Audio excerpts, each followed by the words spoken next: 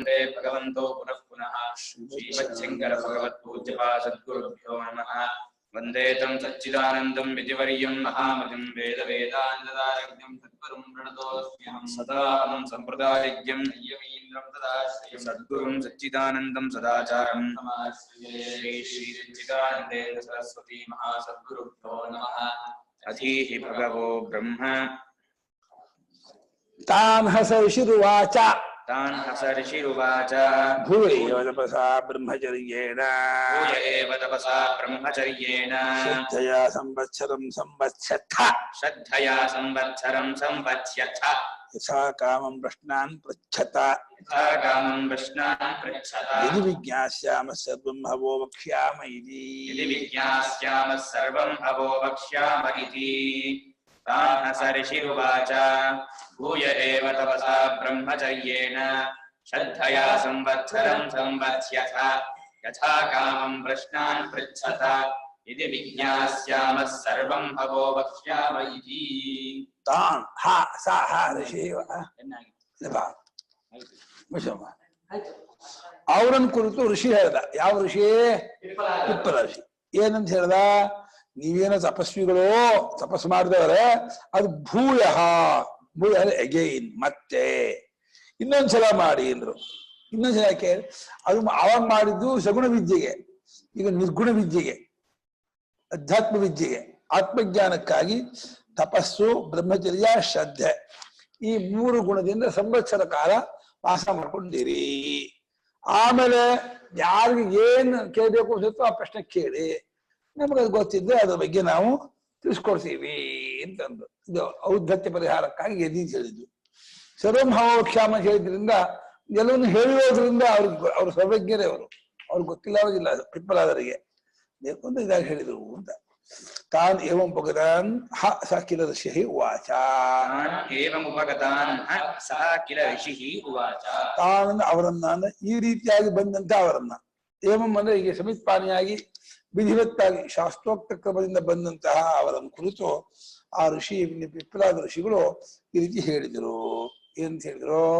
ಭೂಯ ಪುನರೇವ ಯಜ್ಞಪಿ ಯೂಯಂ ಭೂಯಃ ಪುನರೇವ ಯಜ್ಞಪಿ ಯೂಯಂ ಪೂರ್ವಂ ತಪಸ್ವಿನ ಏವ ಪೂರ್ವಂ ತಪಸ್ವಿನ ಏವ ತಥಾಪಿ ಇಹ ತಪಸಾ ಇಂದ್ರಿಯ ಸಂಯಮೇನ ತಥಾಪಿ ಇಹ ತಪಸಾ ಇಂದ್ರಿಯ ಸಂಯಮೇನ ವಿಶೇಷತಃ ಬ್ರಹ್ಮಚರ್ಯೇಣ ವಿಶೇಷತಃ ಬ್ರಹ್ಮಚರ್ಯೇಣ ಶ್ರದ್ಧೆಯಾ ಚ ಆಸ್ತಿಕ್ಯ ಬುದ್ಧ್ಯಾ ಶ್ರದ್ಧಯಾ ಚ ಆಸ್ತಿಕ್ಯ ಬುದ್ಧ್ಯಾ ಆದರವಂತಹ ಆದರವಂತಹ ಸಂವತ್ಸರಂ ಕಾಲಂ ಸಂವತ್ಸ್ಯಥ ಸಂವತ್ಸರಂ ಕಾಲಂ ಸಂವತ್ಸ್ಯಥ ಸಮ್ಯಕ್ ಗುರು ಶುಶ್ರೂಷಾಬಲಾಸಂತಹ ವತ್ಸ್ಯಥ ಸಮ್ಯಕ್ ಗುರು ಶುಶ್ರೂಷಾಬಲಾಸಂತಹ ವತ್ಸ್ಯಥ.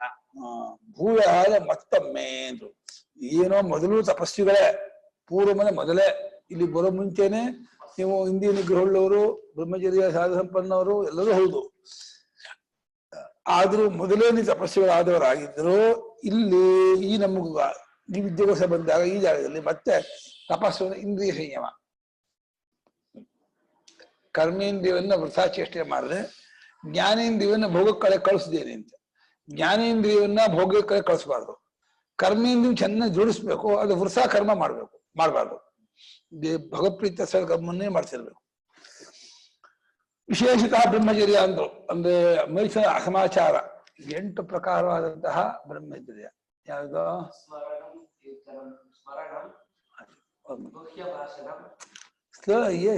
ಯಾರಾದ್ರೂ ಹೇಳದ ಸ್ಮರಣಂ ಕೀರ್ತನಂಚೈವ ಪ್ರೇಕ್ಷಣಂ ಗುಹ್ಯಭಾಷಣಂ ಸಂಕಲ್ಪೋಧ್ಯವಸಾಯ ಚಕ್ರಿಯಾ ನಿರ್ವೃತಿರೇವ ಚ. ಕಮ ಹೇಳಬೇಕು. ಸುಮ್ಮನೆ ಯಾರಾದ್ರೂ ಡೆಲ್ಲಿ ಟು ಕಡಕಲ್ಲ, ನನಗೆ ಡೆಲ್ಲಿ ಟು ಕಡಕಲ್ ಟ್ರೈ ಮಾಡಿ. ಕಡಕಲ್ ಮತ್ತು ಕಡಕಲ್ಲ, ಇಸ್ಕೂಲ್ ಕಡಕಲ್ಲ ಅಲ್ಲಿಗೆ.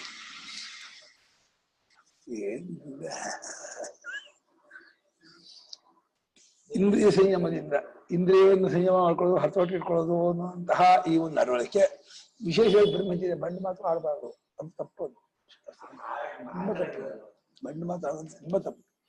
ಶ್ರದ್ಧೆಯಿಂದ, ಆಸ್ತಿಕ್ಯ ಬುದ್ಧಿಯಿಂದ ಆದರಂತಹನೇ ಬಹಳ ಪ್ರೇಮ ಉಳ್ಳವರಾಗಿ, ಗೌರವ ಉಳ್ಳವರಾಗಿ, ಯಾವುದರಲ್ಲೇ ವಿದ್ಯೆಯಲ್ಲಿ ಪ್ರೀತಿ ಗೌರವ ಇಲ್ಲದೆ ವಿದ್ಯಾ ಪ್ರಾಪ್ತಿ ಆಗಲ್ಲ. ಇದು ಎಲ್ಲಾ ವಿದ್ಯೆಗೂ ಸಮಾನ. ಇವನು ಇಂಗ್ಲಿಷ್ ಕಲಿಬೇಕಾದ್ರೂ ಇಂಗ್ಲಿಷಲ್ಲಿ ಅವ್ನಿಗೆ ಆಧಾರ ಗೌರವ ಅಭಿಮಾನ ಇಲ್ಲದೆ ಇಂಗ್ಲಿಷ್ ಬರಲ್ಲ. ಸಂಸ್ಕೃತ ಕಲಿಬೇಕಾದ್ರೂ ಬರಬೇಕು. ಯಾವ ವಿದ್ಯೆ ಕಲಿತೀವೋ ಅದ್ರಲ್ಲಿ ಆಧಾರ ಗೌರವ ಶ್ರದ್ಧೆ ಅಭಿಮಾನ ಇದೆ ಹೋದ್ರೆ ಆ ವಿದ್ಯೆ ಬರೋಲ್ಲ. ಇದು ಎಲ್ಲಾ ವಿದ್ಯೆಗೂ ಸಮಾನವಾದಾಗ ಬ್ರಹ್ಮ ವಿದ್ಯೆಗೆ ವಿಷಯ ಹೇಳ್ಬೇಕಾಗಿಲ್ಲ. ಹಾಗಾಗಿ ಅದನ್ನೇ ಅನುವಾದ ಮಾಡ್ತಿದ್ದಾರೆ. ಆಸ್ತಿಕ್ಯ ಬುದ್ಧಿಯಿಂದ ವಿಶೇಷವಾಗಿ ಆಧಾರವುಳ್ಳವರಾಗಿ ಸಂವತ್ಸರ ಕಾಲ 360 days 360 ದಿವಸ ಸಂವತ್ಸರ ಸಣ್ಣಗೆ ವಾಸ ಮಾಡ್ಕೊಂಡಿರಿ. ಚೆನ್ನಾಗಿ ಗುರು ಶುಶ್ರೂಷೆ ಮಾಡ್ಕೊಂಡು ಗುರು ಹೇಳಿದ ಮಾತನ್ನು ಕೇಳ್ಕೊಂಡು ಆಶ್ರಮದ ಕೆಲಸ ಮಾಡ್ಕೊಂಡು ಸೌದೆ ಹೊಡೆಯೋದು, ನೀರು ತರೋದು, ಹೂ ಕುಯ್ಯೋದು, ಗಿಡಕ್ಕೆ ನೀರು ಹಾಕೋದು, ಕೊಟ್ಟಿಗೆ ಕೆಲಸ ಮಾಡೋದು, ಮತ್ತೆ ಅಡಿಗೆ ಇತ್ಯಾದಿ ಬಂದು ನೋಡೋದು ಎಲ್ಲ ಗುರುಕುಲ ಆದ್ಮೇಲೆ ಬಂದಂತ ಸಿಗ್ತಾರೆ ಮಾಡೋದು ಎಲ್ಲ ಮಾಡ್ಕೊಂಡು ಗುರು ಸೇವೆ ಮಾಡ್ಕೊಂಡು ಇರಿ 1 ವರ್ಷ ಇರಿ. ಆಮೇಲೆ ಕೇಳಿದಂತೆ ಸರಿ ಸಂವತ್ಸರ ತತಃ ಯಥಾ ಕಾಮಂ ಯೋ ಯಸ್ಯ ಕಾಮಃ ತಮ್ ಅತಿಕ್ರಮ್ಯ ತಂ ಅನತಿಕ್ರಮ್ಯ ಯದ್ವಿಷಯೇ ಯಸ್ಯ ಜಿಜ್ಞಾಸಾ ತದ್ವಿಷಯಾನ್ ಪ್ರಶ್ನಾನ್ ಪೃಚ್ಛತ. ಆಮೇಲೆ ಯಥಾ ಕಾಮ ಅಂದ್ರೆ ಯಾವಾತನಿಗೆ ಯಾವುದರ ವಿಷಯದಲ್ಲಿ ಬಯಕೆ ಇದೆಯೋ ಕೇಳ್ಬೇಕು ಅಂತ ಅದನ್ನು ಮೀರದೆ ಅತಿಕ್ರಮೇನ ಮೀರೋದು. ಅದಕ್ಕೆ ಮೀರದೇನೆ ನಿಮ್ಮ ಕ್ಷೇತ್ರ ಎಲ್ಲಗಟ್ಟು ಏನ್ ಮಾಡ್ಕೊಂಡು ಅದನ್ನ ನಡ್ಕೊಂಡು ಆ ಜನಕ್ಕೂ ಅವರು ಸಂಬಂಧಪಟ್ಟಿದ್ದು ಒಬ್ಬೊಬ್ಬರನ್ನು ಕೇಳೋದು ಅಷ್ಟೇ ಹೊರತು ಇವನಿಗೆ ಮಾತ್ರ ಈ ಸಂಶಯ ಬಾಕಿ ಸಂಶಯ ಇಲ್ಲ ಅಂದ್ರೆ ಸಾಲ. ಗೊತ್ತಾಯ್ತೆ? 6 ಜನಕ್ಕೂ ಇದ್ದ ಸಂಶಯವನ್ನ 6 ಭಾಗ ಮಾಡ್ಕೊಂಡ್ರು. 6 ಜನಕ್ಕೂ ಇದ್ದ ಸಂಶಯವನ್ನ 6 ಭಾಗ ಮಾಡ್ಕೊಂಡು ನೀನು ಇದನ್ನು ಕೇಳೋ, ನಾನು ಇದನ್ನು ಕೇಳೋ, ನೀ ಇದನ್ನು ಕೇಳೋ, ನೀ ಇದನ್ನು ಕೇಳೋ ಅವ್ರು ಅದನ್ನು ಕೇಳಿ ಅಂತ 6 ಜನ ಸುಖೇಶಾದಿ ಋಷಿಗಳು. ಹೌದಾ? ಕೊನೆಯೇನು ಅರ್ಗೋಬಿ ಕಬಂದಿ ಕಾಚಾಯನ ಅವನು ಪಾಕಳ ಕಾಚಾಯನ ಇದು ಕಬಂದಿ ಕಾಚ ಪಾಕಳ ಕಾಚಾಯನ ಇದು ಇದೆಯಲ್ಲ ಅದೇ ಭಾಷೆ ಕೇಳೋ ಪ್ರಜಾಪತಿ ಬೆಳೆದವರು. ಯಾವಾತನಿಗೆ ಯಾವುದ್ರ ಬಗ್ಗೆ ಬಯಕೆ ಇದೆಯೋ ಅದನ್ನು ಮೀರದೆ ಅದನ್ನು ದಾಟದೆ ಅದರ ಜಿಜ್ಞಾಸೆಯನ್ನ ಕುರಿತು ಆ ವಿಷಯವನ್ನು ಕುರಿತು ಪ್ರಶ್ನೆ ಮಾಡಬಹುದು. ನಿಮಗೆ ಫುಲ್ ಯಾಜ್ಞವಲ್ಕ್ಯರು ಕಾಮ ಪ್ರಶ್ನೆಯನ್ನು ಕೊಟ್ಟರೋ ಅದೇ ರೀತಿ ಪಿಪ್ಪಲಾದರು 1 ಸಂವತ್ಸರ ಆದ್ಮೇಲೆ ಕಾಮ ಪ್ರಶ್ನೆ ಏನ್ ಬೇಕಾದ್ರೂ ಯಾರು ಬೇಕಾದ್ರೂ ಕೇಳಬಹುದು ಅಂತ ಅದನ್ನ ಎಲ್ಲ ಕೊಟ್ರು. ಕೇಳ್ಬಹುದಪ್ಪ ಅಂತ. ಯದಿ ಅದಕ್ಕೆ ಹೇಳಿದ್ರು ಯದಿ ತದ್ ಯುಷ್ಮತ್ಪೃಷ್ಟಂ ವಿಜ್ಞಾಸ್ಯಾಮಃ ಅನುದ್ಧತತ್ವ ಪ್ರದರ್ಶನಾರ್ಥೋ ಯದಿ ಶಬ್ದಃ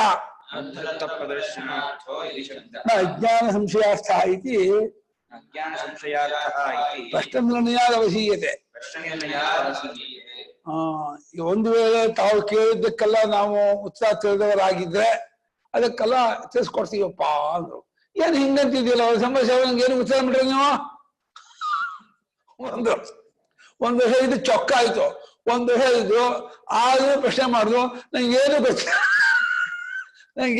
ಕಣ್ರಪ್ಪ ನಿಮ್ಗೆ ಹೋಗ್ಬಿಟ್ರೆ ಯಾತಕ್ಕೆ ಇರ್ಬೇಕಾಗಿತ್ತು ಅಂತ ಅನ್ಕೋಬಹುದು. ಹಂಗಲ್ಲ.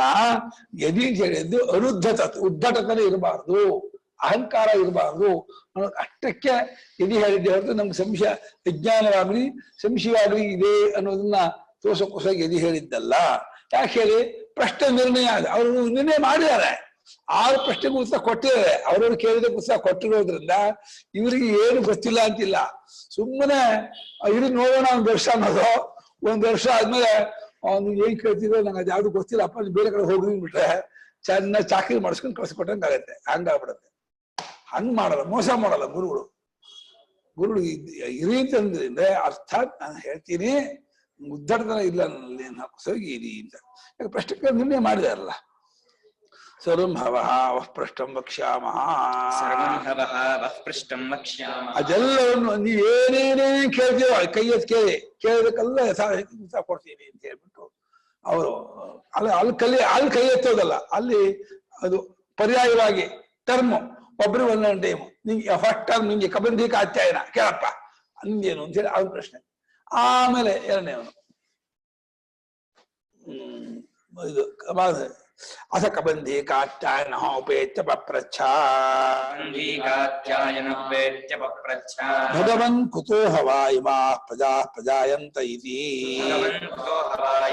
ಪ್ರಜಾಯಂತ ಇತಿ ಓ ಅಥ ಅಂದ್ರೆ ಉಪೇತ್ಯ ಪಪ್ರಚ್ಛ ಭಗವನ್ ಕುತೋ ಪ್ರಜಾಯಂತ ಇತಿ ಅಥ ಕಬಂಧಿ ಕಾತ್ಯಾಯನಃ ಉಪೇತ್ಯ ಪಪ್ರಚ್ಛ ಭಗವಾನ್ ಎಲ್ಲಿದೆಯೋ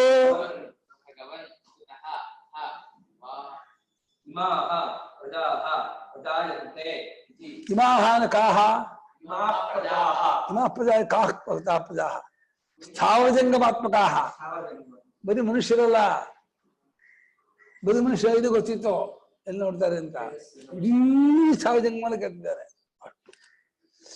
ಅಥ ಒಂದು ಸಂವತ್ಸರಾನಂತರಂ ಅಂತ ಒಂದ್ ಸಂವತ್ಸರವಾದ್ಮೇಲೆ ಕಬಂಧಿ ಕಾತ್ಯಾಯನ ಬಂದ್ಬಿಟ್ಟು ಸ್ವಾಮಿ ನನ್ನೊಂದು ಪ್ರಶ್ನೆ ಅಂದ. ಏನಪ್ಪಾ ಅಂತ, ಈ ಪ್ರಜೆಗಳು ಎಲ್ಲಿಂದ ಹುಟ್ಟಿರ್ತವೆ ಅಂತ. ಅಯ್ಯೋ ಅದು ಸಂವತ್ಸರ ಮಾಡ್ಬೇಕು ತಪಸ್ ಮಾಡ್ಬೇಕೆ, ಪ್ರಜೆಗಳು ಎಲ್ಲಿ ಹುಟ್ಟುತ್ತಾರೆ ಅಂತ ತಿಳ್ಕೊಳ್ಳೋಕೆ, ಎಲ್ಲಿಂದ ಹುಟ್ಟುತ್ತಾರೆ ಅಂತ ಹೇಳ್ಬೇಕೆ ಒಂದ್ ಸಂವತ್ಸರ ತಪಸ್ ಮಾಡುದಂತೆ. ಕುತಃ ಅಂದ್ರೆ ಇದು ಉಪಾದಾನ ಪ್ರಶ್ನೆ. ಇದು ಯಾವ ಕಾರಣದಿಂದ, ಮೂಲ ಕಾರಣದಿಂದ ಈ ಪ್ರಜೆಗಳೆಲ್ಲ ಉಂಟಾಗುತ್ತಾರೆ ಅಂತ. ಯಾಕೆ ಬೇಕಿರು ಎಂತ ಸೈತಿ ಮಾವೋಚ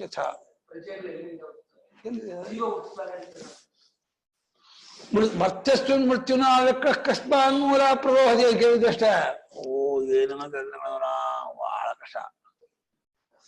ಸ್ಥಾವರ ಜಂಗಮ, ಸ್ಥಾವರ ಮೇನ ಗಿಡಮರ ಬಳ್ಳಿಗಳು, ಬೆಟ್ಟಗುಡ್ಡಗಳು.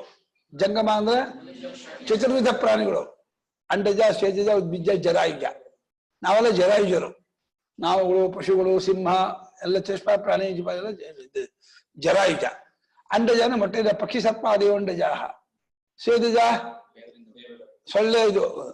ಉದ್ಬಿಜಸ್ತರು ಗುಲ್ಮಾದ್ಯ ಬುಷ್. ಈ ಸ್ಥಾವರ ಜಂಗಮಾತ್ಮಕವಾದ ಪ್ರಜೆಗಳೆಲ್ಲ ಎಲ್ಲಿಂದ ಉಂಟಾಗುತ್ತವೆ ಅಂತ ಪ್ರಶ್ನೆ ಮಾಡ. ಇಲ್ಲಿ ಪ್ರಪಂಚವನ್ನ ಸ್ಥೂಲ ಸೂಕ್ಷ್ಮ ಅಂತ ಎರಡು ಭಾಗ ಹೊಡ್ಕೊಂಡಿದ್ದಾರೆ. ಸ್ಥೂಲ ಪ್ರಪಂಚಕ್ಕೆ ಪ್ರಜಾಪತಿ ಅಂತಲೂ, ಸೂಕ್ಷ್ಮ ಪ್ರಪಂಚಕ್ಕೆ ಹಿರಣ್ಯಗರ್ಭ ಅಂತ ಹೆಸರುಕೊಟ್ಟಿದ್ದಾರೆ. ಸ್ಥೂಲ ಅನ್ನ, ಸೂಕ್ಷ್ಮ ಅನ್ನಾದ. ಸ್ಥೂಲ ಸೂಕ್ಷ್ಮದ ಅಧೀನ ಅಂತ. ಸೂಕ್ಷ್ಮವೂ ಪರಮಾತ್ಮನ ಅಧೀನವೇ.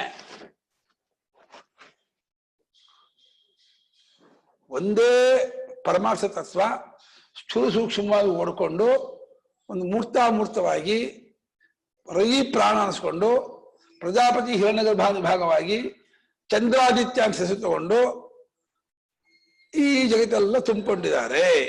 ಇದನ್ನು ಉಪಾಸನೆ ಮಾಡುವವನಿಗೆ ಪ್ರಾಜಾಪತ್ಯ ಫಲಪ್ರಾಪ್ತಿ ಆಗತ್ತೆ, ಬ್ರಹ್ಮಲೋಕ ಪ್ರಾಪ್ತಿ ಆಗತ್ತೆ ಅಂತ ಅದನ್ನು ಹೇಳಬೇಕು. ಉಪಾಸನೆ ಹೇಳಬೇಕು ಅಂತ. ಅಥ ಸಂವತ್ಸರಾದೂರ್ಧ್ವಂ ಕಬಂಧಿ ಕಾತ್ಯಾಯನ ಉಪೇತ್ಯೋಪಗಮ್ಯ ಪ್ರಚ್ಛಾ ಪೃಷ್ಟವಾನ್.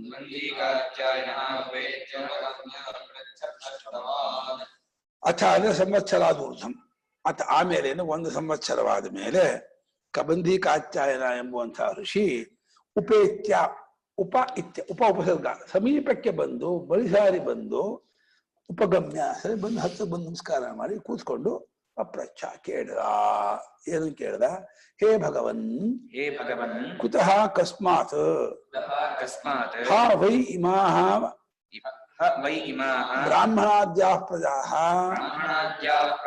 ಪ್ರಜಾಯಂತೆ ಉತ್ಪದ್ಯಂತೆ ಇತಿ. ಇದು ಕರ್ಮಜ್ಞಾನಾಧಿಕಾರ ಬ್ರಾಹ್ಮಣಾದ್ಯಾಃ ಹೇಳಿದ್ದಾರೆ ಅಷ್ಟೇ ಹೊರತು ಎಲ್ಲರನ್ನೂ ಹೇಳಿದರು. ಪೂಜ್ಯರೇ, ಈ ಬ್ರಾಹ್ಮಣರೇ ಮುಂತಾದ ಎಲ್ಲಾ ಪ್ರಜೆಗಳು, ಆದಿಶಬ್ದದಿಂದ ಎಕ್ಸೆಟ್ರಾ, ಬ್ರಾಹ್ಮಣರು, ಕ್ಷತ್ರಿಯರು, ವೈಶ್ಯರು, ಶೂದ್ರರು, ಎಲ್ಲಾ ಪಶುಪಕ್ಷ ಪ್ರಾಣಿಗಳು ಎಲ್ಲಕ್ಕೂ ಕಾರಣ ಯಾವುದು? ಯಾವುದರಿಂದ ಇದೆಲ್ಲ ಹುಡ್ತಾ ಇವೆ? ಪ್ರಜಾಪಜಾಯಂತೆ ಅಂತ ಏನ್ ಕೇಳ್ತಾ ಇದೆ ಭಾಷ್ಯಕಾರರು ಹೇಳ್ತಾರೆ. ಅಪರವಿದ್ಯಾ ಕರ್ಮಣೋ ಸಮುಚ್ಚಿತಯೋ ಯತ್ ಕಾರ್ಯಂ ಯಾ ಗತಿ ತದ್ವಕ್ತವ್ಯಮಿತಿ ತದರ್ಥೋಯಂ ಪ್ರಶ್ನಃ. ಅಪರವಿದ್ಯಾ ಅಂದ್ರೆ ಸಗುಣ ವಿದ್ಯೆ, ಅಪರವಿದ್ಯೆ, ಸಗುಣ ವಿದ್ಯೆ, ಆಮೇಲೆ ಇನ್ನೊಂದು ಹೆಸರಿದೆ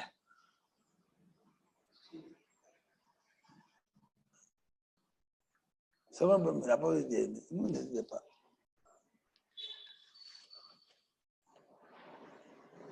ಕಾರ್ಯಬ್ರಹ್ಮವಿದ್ಯೆ, ಕಾರ್ಯಬ್ರಹ್ಮವಿದ್ಯೆ, ಅಪರ ಬ್ರಹ್ಮವಿದ್ಯೆ, ಸಗುಣ ಬ್ರಹ್ಮವಿದ್ಯೆ ಅಂತ ಈ ರೀತಿ ಆ ವಿದ್ಯೆ ಮತ್ತು ಕರ್ಮ. ಕರ್ಮ ಅಂದ್ರೆ ಅಗ್ನಿಹೋತ್ರಾದಿ ಕರ್ಮಗಳು. ಕರ್ಮ ಶಬ್ದಕ್ಕೆ ಅಗ್ನಿಹೋತ್ರಾದಿಗಳನ್ನ ಹೇಳೋದು. ವಿದ್ಯೆ ಅಂದ್ರೆ ಉಪಾಸನೆ ಅಂತ ಹೇಳೋದು.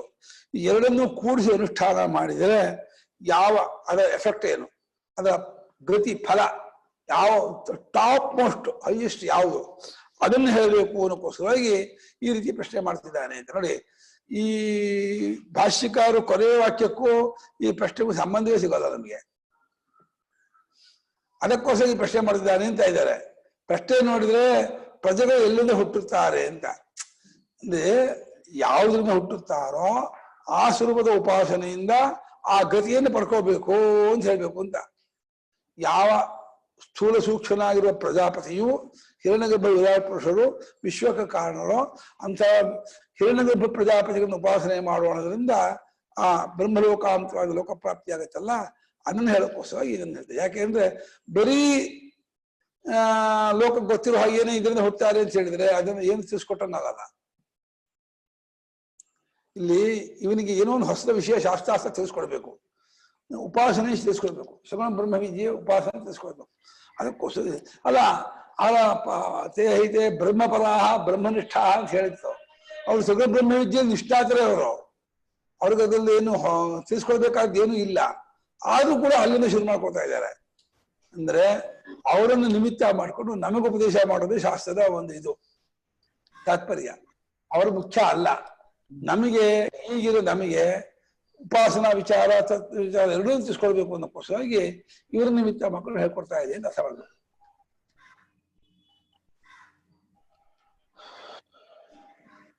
ತಸ್ಮೈ ಸಹೋವಾಚ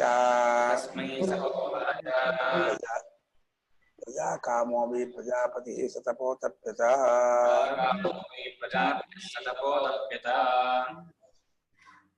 ಸತಪಸ್ತಪ್ತ್ವಾ ಸಮಿಚನಮುತ್ಪಾದಯತೆ ಚ ಪ್ರಾಣಂಚೇತಿ ಏತೋ ಮೇ ಬಹುಧಾ ಪ್ರಜಾಃ ಕರಿಷ್ಯತೆ ಇತಿ. ತಸ್ಮೈ ಸಹೋವಾಚ ಪ್ರಜಾ ಕಾಮೋ ವೈ ಪ್ರಜಾಪತಿಃ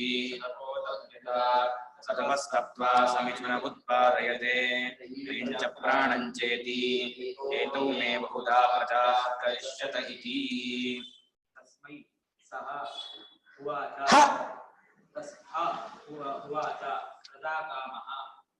ಪ್ರಜಾಕಾಮಃ ವೈ ಪ್ರಜಾಪತಿಃ ಸಹ ತಪಃ ಅತಪ್ಯತ. ಸಹ ತಪಃ ತಪ್ತ್ವಾ ಸಹ ಮಿಥುನಂ ಉತ್ಪಾದಯತೆ ಪ್ರಾಣಂ ಚ ಇತಿ ಏತೌ ಮೇ ಬಹುಧಾ ಪ್ರಜಾಃ ಕರಿಷ್ಯತ ಇತಿ. ಯಾವ ಭಾಷೆಯಿದ? ತಸ್ಮೈ ಕಸ್ಮೈ ಕಬಂಧಿ ಕಾತ್ಯಾಯನಾಯ, ಕಬಂಧಿ ಕಾತ್ಯಾಯನರಿಗೆ ಪಿಪ್ಪಲಾದರು ಉತ್ತರ ಕೊಟ್ರು. ಏನಪ್ಪ, ಪ್ರಜಾಕಾಮನಾಗಿ ಪ್ರಜಾಪತಿಯು ತಪಸ್ ಮಾಡ್ದ ಅಂತ, ಪ್ರಜೆಗಳನ್ನು ಸೃಷ್ಟಿ ಮಾಡಬೇಕು ಅಂತ ಹೇಳಿ. ಇಲ್ಲಿ ಪ್ರಜಾಪತಿಯಿಂದ ಯಾರೋ ಸರ್ವಾತ್ಮನಾದಂತಹ ಹಿರಣ್ಯಗರ್ಭ ವಿರಾಟ್ ಪುರುಷ ಎರಡೂ ಒಂದೇ ತಪಸ್ ಮಾಡಿ ಅವನು ಮಿಥುನ ಅಂದ್ರೆ ಈ ಜೋಡಿ ಅಂತ ಅರ್ಥ. ಮಿಥುನ ಬಂದಿದೆ ಅಲ್ಲಿ ಲೋಕದಲ್ಲಿ ಹೇಗೆ ಸ್ತ್ರೀ ಪುರುಷ ಜೋಡಿಯಿಂದ ಸಂತತಿ ಆಗತ್ತೋ ಹಾಗೆ ಈ ವಿಷಯಕ್ಕೆ ಆರಂಭದಲ್ಲೂ ಒಂದು ರಯಿ ಪ್ರಾಣ ಅಂತ ಒಂದು ಜೋಡಿ. ರಯಿ ಅನ್ನ, ಸೋಮ, ಚಂದ್ರ ಒಂದು ಕ್ಯಾಟಗರಿ, ಪ್ರಾಣ, ಅತ್ರ, ಆದಿತ್ಯ, ಅಗ್ನಿ ಇದೊಂದು ಕ್ಯಾಟಗರಿ. ಅಗ್ನಿಗೆ ಸೋಮ, ಆದಿತ್ಯನಿಗೆ ಚಂದ್ರ, ಪ್ರಾಣನಿಗೆ ರಯಿ, ಅನ್ನಕ್ಕೆ ಅತ್ರ, ಅತ್ರ ಅನ್ನ, ರಯಿ ಪ್ರಾಣ, ಅಗ್ನಿ ಸೋಮ, ಚಂದ್ರ ಆದಿತ್ಯ. ಇದು 4 ಗುಂಪು. ಈ ಅಗ್ನಿ, ರಯಿ, ಅಗ್ನಿ, ಪ್ರಾಣ, ಆದಿತ್ಯ, ಅತ್ರ ಎಲ್ಲ ಒಂದೇ. ರಯಿ, ಸೋಮ, ಅನ್ನ, ಚಂದ್ರ ಇದೆಲ್ಲ ಒಂದೇ. ಇದನ್ನು ಜೋಡಿ ಮಿಥುನ ಅಂತ ಇದ್ದಾರೆ. ಈ ಮಿಥುನವನ್ನ ಅವನು ಉತ್ಪಾದಯತಿ ಉಂಟು ಮಾಡುತ್ತಾನೆ. ಯಾವ ಜೋಡಿ? ರಯಿ ಮತ್ತು ಪ್ರಾಣ ಅನ್ನೋದೇ ಆ ಜೋಡಿ. ಅಲ್ಲಿ ಯಾವುದು ಹೋಮ ಮಾಡಿಸ್ಕೊಳ್ತೋ ಅದು ರಯಿ, ಅದೇ ಸೋಮ, ಅದೇ ಅನ್ನ.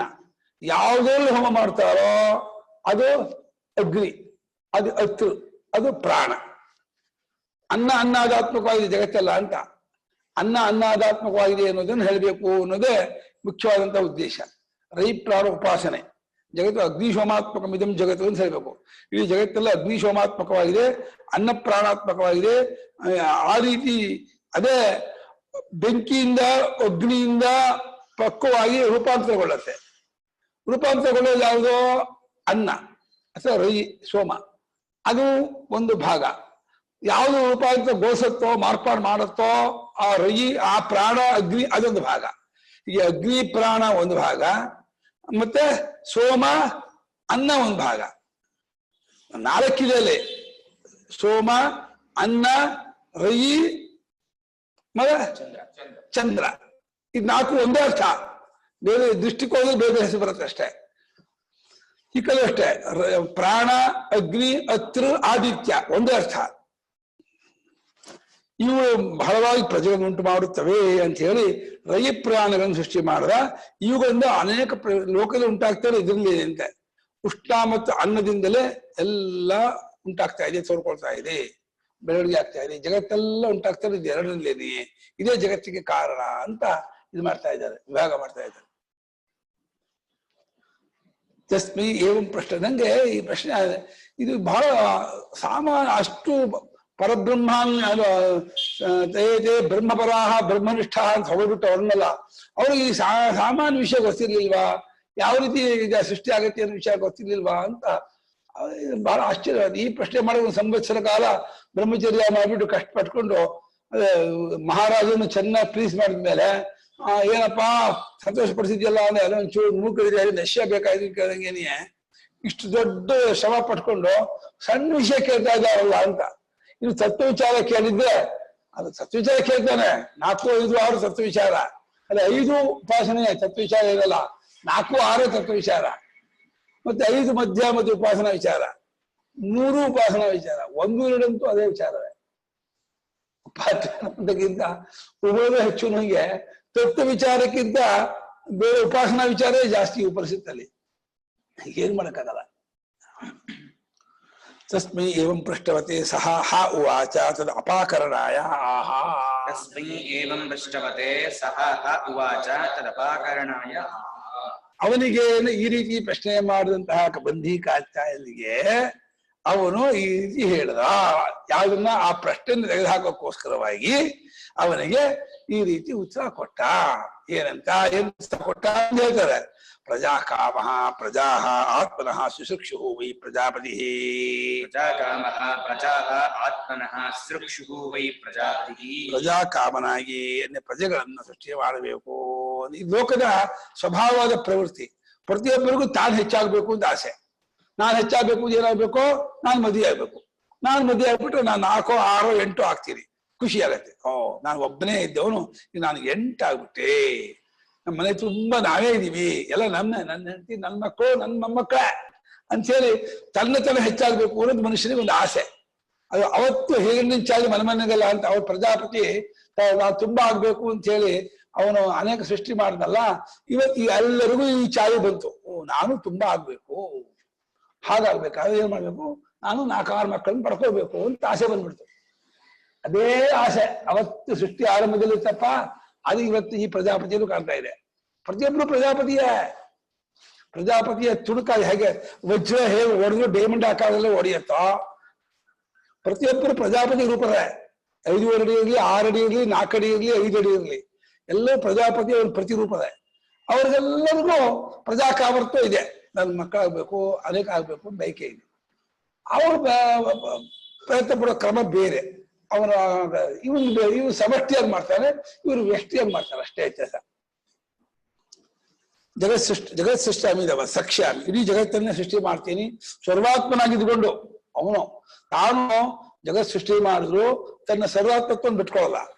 ಜಗದಾತ್ಮನಾಗಿ ಸರ್ವಾತ್ಮನಾಗಿದ್ದುಕೊಂಡೆ ಜಗತ್ತ ಸೃಷ್ಟಿ ಮಾಡ್ತೀನಿ ಅಂತ ಅಂದ್ಕೊಂಡು ಇತ್ಯೇವಂ ವಿಜ್ಞಾನವಾನ್ इत्येवं विज्ञानवान् यथोक्तकारी यथोक्तकारी तद्भावभावितः तद्भावभावितः कल्पादो निर्वृत्तः कल्पादो निर्वृत्तः हिरण्यगर्भः हिरण्यगर्भः सृज्यमानानां प्रजानां सृज्यमानानां प्रजानां स्थावरजङ्गमानां पतिः स्थावरजङ्गमानां पतिः सन् जन्मान्तरभावितं ज्ञानं जन्मान्तरभावितं ज्ञानं श्रुतिप्रकाशित विषयं प्रकाशितार्थ विषयं तपः अन्वालोचयेत् अतप्यत तपः अन्वालोचयत् अतप्यत ಅವನು ಈ ಜಗತ್ ಸೃಷ್ಟಿ ಮಾಡ್ತೀನಿ ಅಂತ ಅಪೇಕ್ಷೆ ಪಟ್ಟು ಅವನು ಈ ರೀತಿ ತಿಳುವಳಿಕೆ ಉಳ್ಳವನಾದಂತೆ ಅವನಿಗೆ ಆ ತಿಳುವಳಿಕೆ ಹೇಗ್ ಬಂತು ಜಗತ್ತಿನ ತನ್ನ ಒಬ್ಬನೇ ಇದ್ದಾಗ ಜಗತ್ತಿನ ಕಾನ್ಸೆಪ್ಟೇ ಅವನಿಗೆ ಬರೋ ಕಾರಣ ಇಲ್ಲ ಮತ್ತು ಪ್ರಜೆಗಳ ಕಾನ್ಸೆಪ್ಟ್ ಇಷ್ಟ ಇದೇ ಹೇಗೆ ಬಂತು ಅಂದ್ರೆ ಅದಕ್ಕೆ ಹೇಳ್ತಾರೆ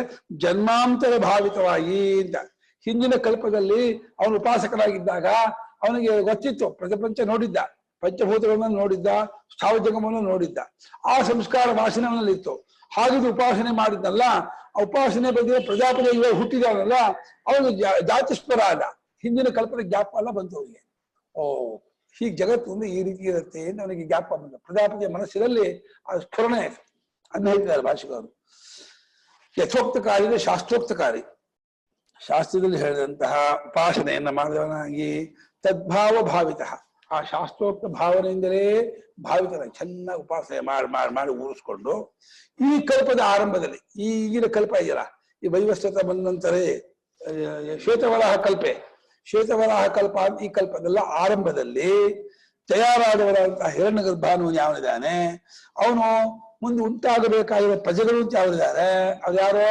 ಸ್ಥಾವರಜಂಗಮಾನಂ ಪ್ರಜೆಗಳು ಅಂದ್ರೆ ಸ್ಥಾವರ ಜಂಗಮವೇ ಪ್ರಜಾ ಬೆಟ್ಟ ಗುಡ್ಡಗಳು ಅವನ ಮಕ್ಕಳೇ ಗಿಡಮರ ಬಳ್ಳಿಗಳು ಅವನ ಮಕ್ಕಳೇ ಕ್ರಿಮಿಕೀಟಗಳು ಅವನ ಮಕ್ಕಳೇ ದೇವತೆಗಳು ಋಷಿಗಳು ಗಂಧರ್ವರು ಕಿನ್ನರು ಕಿಂಪರು ಯಕ್ಷರು ಮನುಷ್ಯರು ಎಲ್ಲರೂ ಅವನ ಮಕ್ಕಳೇ ಅವರಿಗೆಲ್ಲ ಪ್ರತಿಯಾಗಿದ್ದುಕೊಂಡು ಅವನು ಬಯಸಿದ ಅಂದ್ರೆ ಹೇಗೆ ತಪಸ್ ಮಾಡಿದ ಅಂದ್ರೆ ಜನ್ಮಾಂತರ ಭಾವಿತ ಇದು ಭಾಷಿಕ ಸೇರಿಸಿದ್ದು ಜನ್ಮಾಂತರದಲ್ಲಿ ಹೋದ ಕಲ್ಪದಲ್ಲಿ ಉಪಾಸಕನಾಗಿದ್ನಲ್ಲ ಆ ಕಾನ್ಸೆಪ್ಟ್ ಹಾಗೆ ತಂದ್ಕೊಂಡಂತೆ ನಾವು ನಿನ್ನೆ ದಿನ ಹೇಗೆ ಜ್ಞಾಪ ಮಾಡ್ಕೊಳ್ತೀವೋ ಹಿಂದಿನ ಕಲ್ಪನೆ ಹೇಗೆ ಜ್ಞಾಪ ಮಾಡ್ಕೊಳ್ತಾನೆ ಅವನು ನಮಗೆ ಒಂದು ವಾರದ ಜ್ಞಾಪ ಆಗಲ್ಲ ಹೋದ ಮಂಗಳವಾರ ಬೆಳಗ್ಗೆ ಏನ್ ಉಪಹಾರ ಮಾಡಿದ್ವಿ ನಮ್ಗೆ ಜ್ಞಾಪಕ ಇಲ್ಲ ನಮ್ ಶಕ್ತಿ ಅಷ್ಟೇ ಆದ್ರೆ ಪ್ರಜಾಪತಿಗೆ ಹಿಂದಿನ ಕಲ್ಪದಲ್ಲಿ ಯಾವ ರೀತಿ ಸೃಷ್ಟಿ ಇತ್ತು ಎಲ್ಲ ಗೊತ್ತು ಅವನಿಗೆ ಸಮಷ್ಟಿ ಹಿರಣ್ಯಗರ್ಭೋಪಾಸನೆ ಮಾಡಿ ಅವನು ಇವಾಗ ಹಿರಣ್ಯಗರ್ಭ ಹುಟ್ಟಿದ್ರಿಂದ ಆ ಪರಮಾತ್ಮನು ಅವನ ಬುದ್ಧಿಗೆ ಸಮಸ್ತ ವಿದ್ಯೆಯನ್ನು ಜ್ಞಾನವನ್ನು ಕೊಟ್ಬಿಟ್ಟ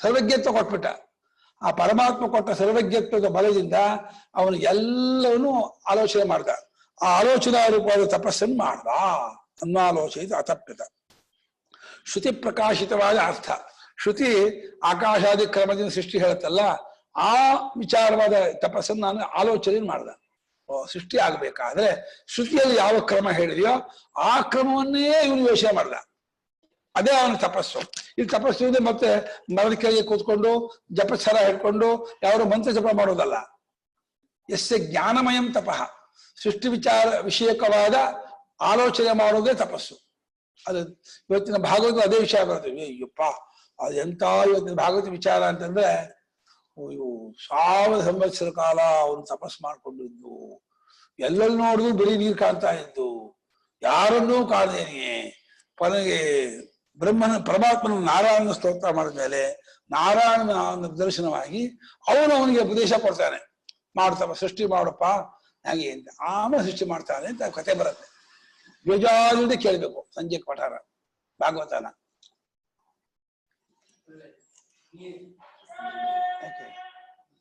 ಕುಡಿಬೇಕ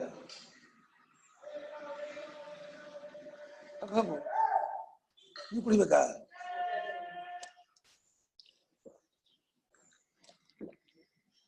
ತಣ್ಣಗಿದೆ ತಣ್ಣಗೆ ನೀರಿಚ್ಚಿನಲ್ಲಿ ಅಥತು ಸಹ ಏವಂ ತಪಸ್ತಪ್ತ್ವಾ ಶ್ರೌತಂ ಜ್ಞಾನಂ ಅನ್ವಾಲೋಚ್ಯ ಶ್ರೌತಂ ಜ್ಞಾನಮನ್ವಾಲೋಚ್ಯ ಸೃಷ್ಟಿ ಸಾಧನ ಭೂತಂ ಸೃಷ್ಟಿ ಸಾಧನ ಭೂತಂ ಮಿಥುನಂ ಉತ್ಪಾದಯತೆ ಮಿಥುನಂ ಉತ್ಪಾದಯತೆ ಮಿಥುನಂ ದ್ವಂದ್ವಂ ಮಿಥುನಂ ದ್ವಂದ್ವಂ ಉತ್ಪಾದಿತವಾನ್ ಉತ್ಪಾದಿತವಾನ್ ರೈಂಚ ಸೋಮಂ ರೈಂಚ ಸೋಮಂ ಅನ್ನಂ ಅನ್ನಂ ಪ್ರಾಣಂಚ ಅಗ್ನಿಂ ಅತ್ತಾರಂ ಇತಿ. ಪ್ರಾಣಂಚ ಅಗ್ನಿಂ ಅತ್ತಾರಂ ಇತಿ. ಆಮೇಲೆ ಅವನು ಈ ರೀತಿ ತಪಸ್ಸು ಮಾಡಿ ಶ್ರೌತ ಜ್ಞಾನವನ್ನು ಆಲೋಚನೆ ಮಾಡಿದಂತೆ. ಶುಚ್ಯುಕ್ತವಾದ ಜ್ಞಾನ, ಉಪನಿಷತ್ತಿನಲ್ಲಿ ವೇದದಲ್ಲಿ ಸೃಷ್ಟಿ ವಿಚಾರಕವಾದ ವಿಷಯ ಏನಿದೆ ಅದನ್ನು ಮನಸ್ಸಿಗೆ ತಂದುಕೊಳ್ಳೋದೇ ತಪಸ್ಸು. ಒಂದು ಬೇರೆ ಈ ತಪಸ್ಸ ಮಂತ್ರ ಜಪ ತಪಸ್ಸಲ್ಲ. ಶುಚ್ಯುಕ್ತವಾದ ಸೃಷ್ಟಿಯಲ್ಲಿ ಯಾವ ರೀತಿ ಸೃಷ್ಟಿ ಕ್ರಮವನ್ನು ಹೇಳಿದೆಯೋ ಅದನ್ನು ಮನಸ್ಸಿಗೆ ತಂದುಕೊಂಡ. ಅದೇ ಸೃಷ್ಟಿಗೆ ಸಾಧನಭೂತವಾದಂತಹ ಜ್ಞಾನ. ಅದನ್ನ ತಗೊಂಡು ಮಿಥುನವನ್ನು ಉತ್ಪಾದಯತೆ, ಮಿಥುನ ಉಂಟು ಮಾಡ್ದ. ಮಿಥುನ ಅಂದ್ರೆ ಏನು? ದ್ವಂದ್ವ. ದ್ವಂದ್ವ ಅಂದ್ರೆ ಏನು? ರಯಿ ಸೋಮ ಅಂತ ದ್ವಂದ್ವ. ಒಂದು ದ್ವಂದ್ವ. ಅಗ್ನಿ ಸೋಮ ದ್ವಂದ್ವ. ಆದಿತ್ಯ ಚಂದ್ರ ಒಂದು ದ್ವಂದ್ವ. ಅನ್ನ ಅತ್ರ ಒಂದು ದ್ವಂದ್ವ. ಈ ಸೋಮವನ್ನ ಅನ್ನಂ ಪ್ರಾಣ ಅಗ್ನಿ ಅತ್ತಾರಲ್ಲೇ ಕೊಟ್ಟಲ್ಲ. ರಯಿ ಸೋಮ, ರಯಿ ಸೋಮ ಅನ್ನ ಒಂದೇ. ರಯಿ ಸೋಮ ಅನ್ನ ಒಂದ್ ಕ್ಯಾಟಗರಿ. ಪ್ರಾಣ ಅಗ್ನಿ ಅತ್ತ. ರೈಗೆ ಪ್ರಾಣ, ಸೋಮನಿಗೆ ಅಗ್ನಿ, ಅನ್ನಕ್ಕೆ ಅತ್ರ, ಚಂದ್ರ ಆದಿತ್ಯ. ಕರೆಕ್ಟ್ 4 ರೈ ಸೋಮ ಅನ್ನ ಅನ್ನುವಂತಹ ಭೋಗ್ಯ ವಸ್ತು. ಪ್ರಾಣ ಅಗ್ನಿ ಅತ್ರ ಅನ್ನೋದು ಭೋಕ್ತೃ ಪ್ರಪಂಚ, ಭೋಗ್ಯದಾಶಿ. ಈ 2 ಜಾತಿ, 2 ಕ್ಯಾಟಗರಿ, 2 ಸೃಷ್ಟಿ ಮಾಡ್ದ. ಏತೌ ಅಗ್ನಿ ಸೋಮೌ ಅತ್ರನ್ನ ಭೂತೌ ಮೇ ಮಮ ಬಹುಧಾ ಅನೇಕಧಾ ಅಜಾಃ ಕರಿಷ್ಯತೆ ಇತಿ ಏವಂ ಸಂಚಿತ್ಯ ಅಂಡೋತ್ಪತ್ತಿ ಕ್ರಮೇಣ ಸೂರ್ಯಾಚಂದ್ರಮಸೌ ಅಕಲ್ಪಯತ್. ಈ ರೀತಿಯಾಗಿ ಅಗ್ನಿ ಸೋಮ ಆಗಿರುವ ಇವರು, ಅಗ್ನಿ ಅತ್ರ ಸೋಮ ಅನ್ನ, ಅಗ್ನಿ ಸೋಮಾತ್ಮ ಇವರು ನನಗೆ ಅನೇಕ ಪ್ರಕಾರವಾದ ಪ್ರಜೆಗಳನ್ನು ಉಂಟು ಮಾಡ್ತಾರೆ, ನನಗೆ ಇದನ್ನು ಉಂಟಾಗುತ್ತವೆ ಅಂತ ಯೋಚನೆ ಮಾಡಿ ಅಂಡ ಇತ್ತು, ಅಂಡಾಕಾರವಾಗಿತ್ತು, ಮೊಟ್ಟೆ ಆಕಾರದಲ್ಲಿತ್ತು. ಅದನ್ನ ಪ್ರವೇಶ ಮಾಡಿ ಅದನ್ನು ಹೊಡ್ಕೊಂಡು ಆ ಅಂಡೋತ್ಪತ್ತಿ ಆದ್ಮೇಲೆ ಸೂರ್ಯಚಂದ್ರ ಮುಂಚೆ ಆದ್ರು. ಧಾತ ಯಥಾ ಪೂರ್ವಮಗಲ ಸೂರ್ಯಚಂದ್ರಮಸೌ ಧಾತ ಪೂರ್ವಮಗಲ್ವ. ಸೂರ್ಯಚಂದ್ರಮಸನ್ನು ಮುಂಚೆ ಉಂಟು ಮಾಡ್ದ. ಸೂರ್ಯಚಂದ್ರಮಸದಿಂದ ಸೂರ್ಯನಿಂದ ಪ್ರಾಣ ಅಗ್ನಿ ಅತ್ರ ಬಂದರು. ಚಂದ್ರನಿಂದ ಅನ್ನ ರಯಿ ಸೋಮ ಬಂತು. ಹೀಗೆ ಬಂದು ಇದನ್ನು ಎಲ್ಲ ಸೃಷ್ಟಿ ಆಯ್ತು. ಅಲ್ಲ, ನಮ್ಗೆ ಲೋಕದಲ್ಲಿ ಬೆಂಕಿಗೆ ತುಪ್ಪ ಹಾಕಿದ್ರೆ ಅಥವಾ ಹಾಲು ಹಾಕಿದ್ರೆ ಏನೋ ಉಂಟಾಗತ್ತೆ ಅನ್ನೋ ಕಣ್ಣಿಗೆ ಕಾಣೋದೇ ಇಲ್ಲ. ಅವ್ರು ಹೇಳ್ತಾರೆ ಅಗ್ನಿಗೆ ಆಹುತಿ ಕೊಟ್ರೆ ಅದು ಪರಿಣಾಮವಾಗಿ ಏನೋ ರೂಪಾಂತರಗೊಳ್ಳುತ್ತೆ ಅಂತ. ಎಲ್ಲವೂ ಹೋಮವೇ ಆಗ್ತಾ ಇರೋದು ಅಂತ ಹೇಳ್ತಾರೆ. ಜಗತ್ತಿನಲ್ಲಿ ಏನೇನೇನೇನು ನಡೀತಾ ಇದೆಯೋ ಅದೆಲ್ಲವೂ ಹೋಮವೇ ಆಗ್ತಾ ಇರೋದೇ ಹೊರತು ಎಲ್ಲೂ ಬರೀ ಕ್ರಿಯೆ ನಡೀತಾ ಇಲ್ಲ. ಹೋಮ ಕ್ರಿಯೆಯಲ್ಲಿ 2 ಭಾಗ ಇದೆ. ಒಂದು ಮಾಡಿಸ್ಕೊಳ್ಳೋದು, ಒಂದು ಮಾಡೋದು. ಮಾಡಿಸ್ಕೊಳ್ಳೋದು 2 ಕ್ರಿಯೆ ಆದ್ರೂ ಕೂಡ ಅಲ್ಲಿ ಒಂದು ಸೆಕೆಂಡರಿ, ಒಂದು ಮೈನು. ಮಾಡಿಸ್ಕೊಳ್ಳೋದು ಮೈನು, ಯಾವುದು ಯಾವ್ದು ಮಾಡುತ್ತೋ ಅದು ಗೌಣ. ಅನ್ನ ಗೌಣ, ಅತ್ರ ಮೈನು. ಈ ಉಪಕಾರಕ ಭಾವ ಇರ್ಬೋದು, ಅತ್ರ ಅನ್ನ ಇರ್ಬೋದು, ಅಗ್ನಿಶೋಮ ಇರ್ಬೋದು, ಪ್ರತಿಯೊಂದು ಅನ್ನಾದ ರೂಪವಾಗಿಯೇ ಇದೆ. ಆ ಅನ್ನಾದ ರೂಪದಿಂದ ಏನೋ ಒಂದು ವಿಕಾರ ಆಗ್ತಾನೇ ಇರುತ್ತೆ. ಈ ಜಗತ್ತಲ್ಲಿ ಬಿಸಿ ಆದರೆ, ಸೆಖೆ ಆದರೆ ಗಿಡ ಮರ ಬಲಿ ಹುಟ್ಟುತ್ತವೆ, ಕ್ರಿಮಿಕೀಟಗಳು ಹುಟ್ಟುತ್ತವೆ, ಇನ್ಯಾವುದೋ ಹುಟ್ಟುತ್ತೆ. ಇನ್ನೇನೋ ಒಂದು ಇದಾದ್ರೆ ವಿಕಾರ ಇನ್ನೇನೋ ಹುಟ್ಟುತ್ತೆ. ಒಂದು ರೂಪಾಂತರಗೊಳ್ಳೋದೆಲ್ಲ ಹುಟ್ಟೋದೆ. ಯಾವ್ಯಾವ್ದು ರೂಪಾಂತರಗೊಳ್ಳುತ್ತೋ ರೂಪಾಂತರಗೊಳ್ಳೋದೆಲ್ಲ ಹುಟ್ಟುವಿಕೆನೆ. ಹಾಗಾಗಿ ಪ್ರತಿ ಕ್ಷಣಕ್ಕೂ ಜಗತ್ತಿನ ಸೃಷ್ಟಿ ಆಗ್ತಾನೇ ಇದೆ. ಜಗತ್ತಿನ ಸೃಷ್ಟಿ ಯಾವತ್ತೂ ಆರಂಭ ದಿವಸ ಸೃಷ್ಟಿಯಾಗಿಲ್ಲ. ಪ್ರತಿ ಕ್ಷಣಕ್ಕೂ ಪ್ರತಿ ಸೆಕೆಂಡ್ಗೂ ಸೃಷ್ಟಿ ನಡೀತಾನೆ ಇದೆ ಜಗತ್ತಲ್ಲಿ. ಒಂದು ಉತ್ಪತ್ತಿ ವಿನಾಶ ಆಗ್ತಾನೇ ಇದೆ. ನಾನು ಮಾತಾಡ್ತಾ ಇದ್ದೀನಲ್ಲ, ಇಲ್ಲೂ ಕೂಡ ಈ ಶಬ್ದಗಳ ಉತ್ಪತ್ತಿ ಆಗ್ತಾ ಇದೆ. ಇದು ಸೃಷ್ಟಿ, ಶಬ್ದಗಳ ಸೃಷ್ಟಿ. ಅಲ್ಲಿ ಒಳಗೆ ಅಗ್ನಿ ಸೃಷ್ಟಿ ಮಾಡ್ತಾ ಇದ್ದಾನೆ.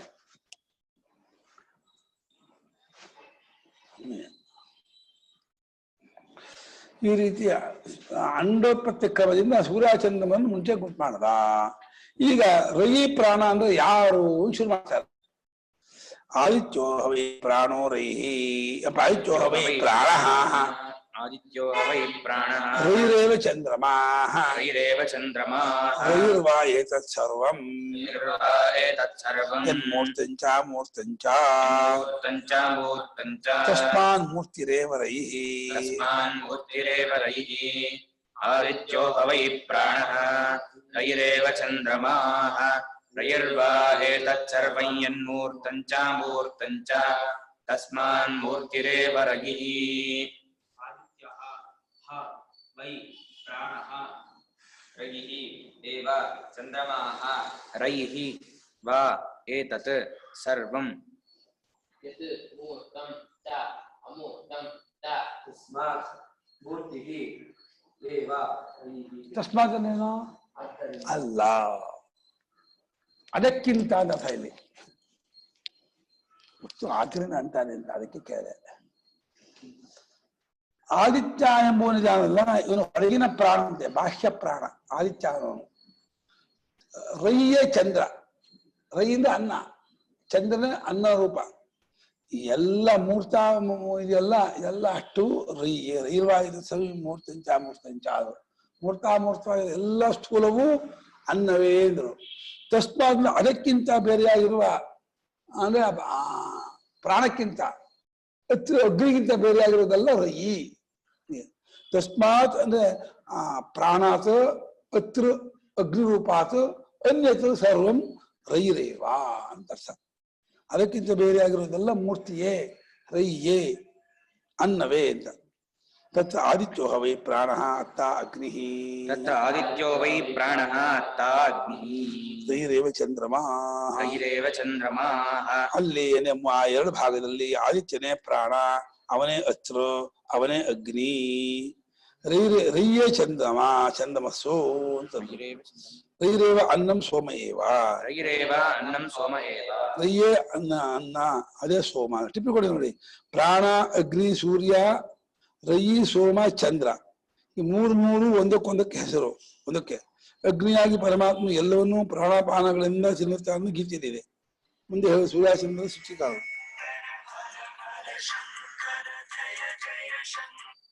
ಚಂದ್ರಕೇಶ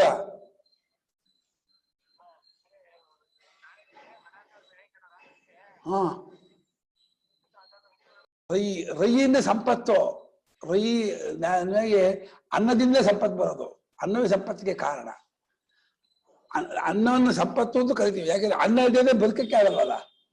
ರೈ ಶಬ್ದಕ್ಕೆ ಸಂಪತ್ತು, ಅನ್ನ, ಸೋಮ ಎಲ್ಲ ಇದಕ್ಕೆ ಹೆಸರು ಬರುತ್ತೆ. ರೈಯೇವ ಅನ್ನಂ ಸೋಮ ಏವ ಅನ್ನೋ ರೈಯೇ ಅನ್ನ ಸೋಮವಾಗಿದೆ. ತದೇ ಏಕಂ ಅತ್ತಾಚ ಅನ್ನಂಚ ಪ್ರಜಾಪತಿ ಏಕಂ ಮಿಥುನಂ. ತದೇತತ್ ಏಕಂ ಅತ್ತಾಚ ಅನ್ನಂಚ ಪ್ರಜಾಪತಿಃ ಏಕಂ ತು ಮಿಥುನಂ. ಇದು ಒಂದು ಮಿಶ್ರ, ಇದೊಂದು ಜೋಡಿ.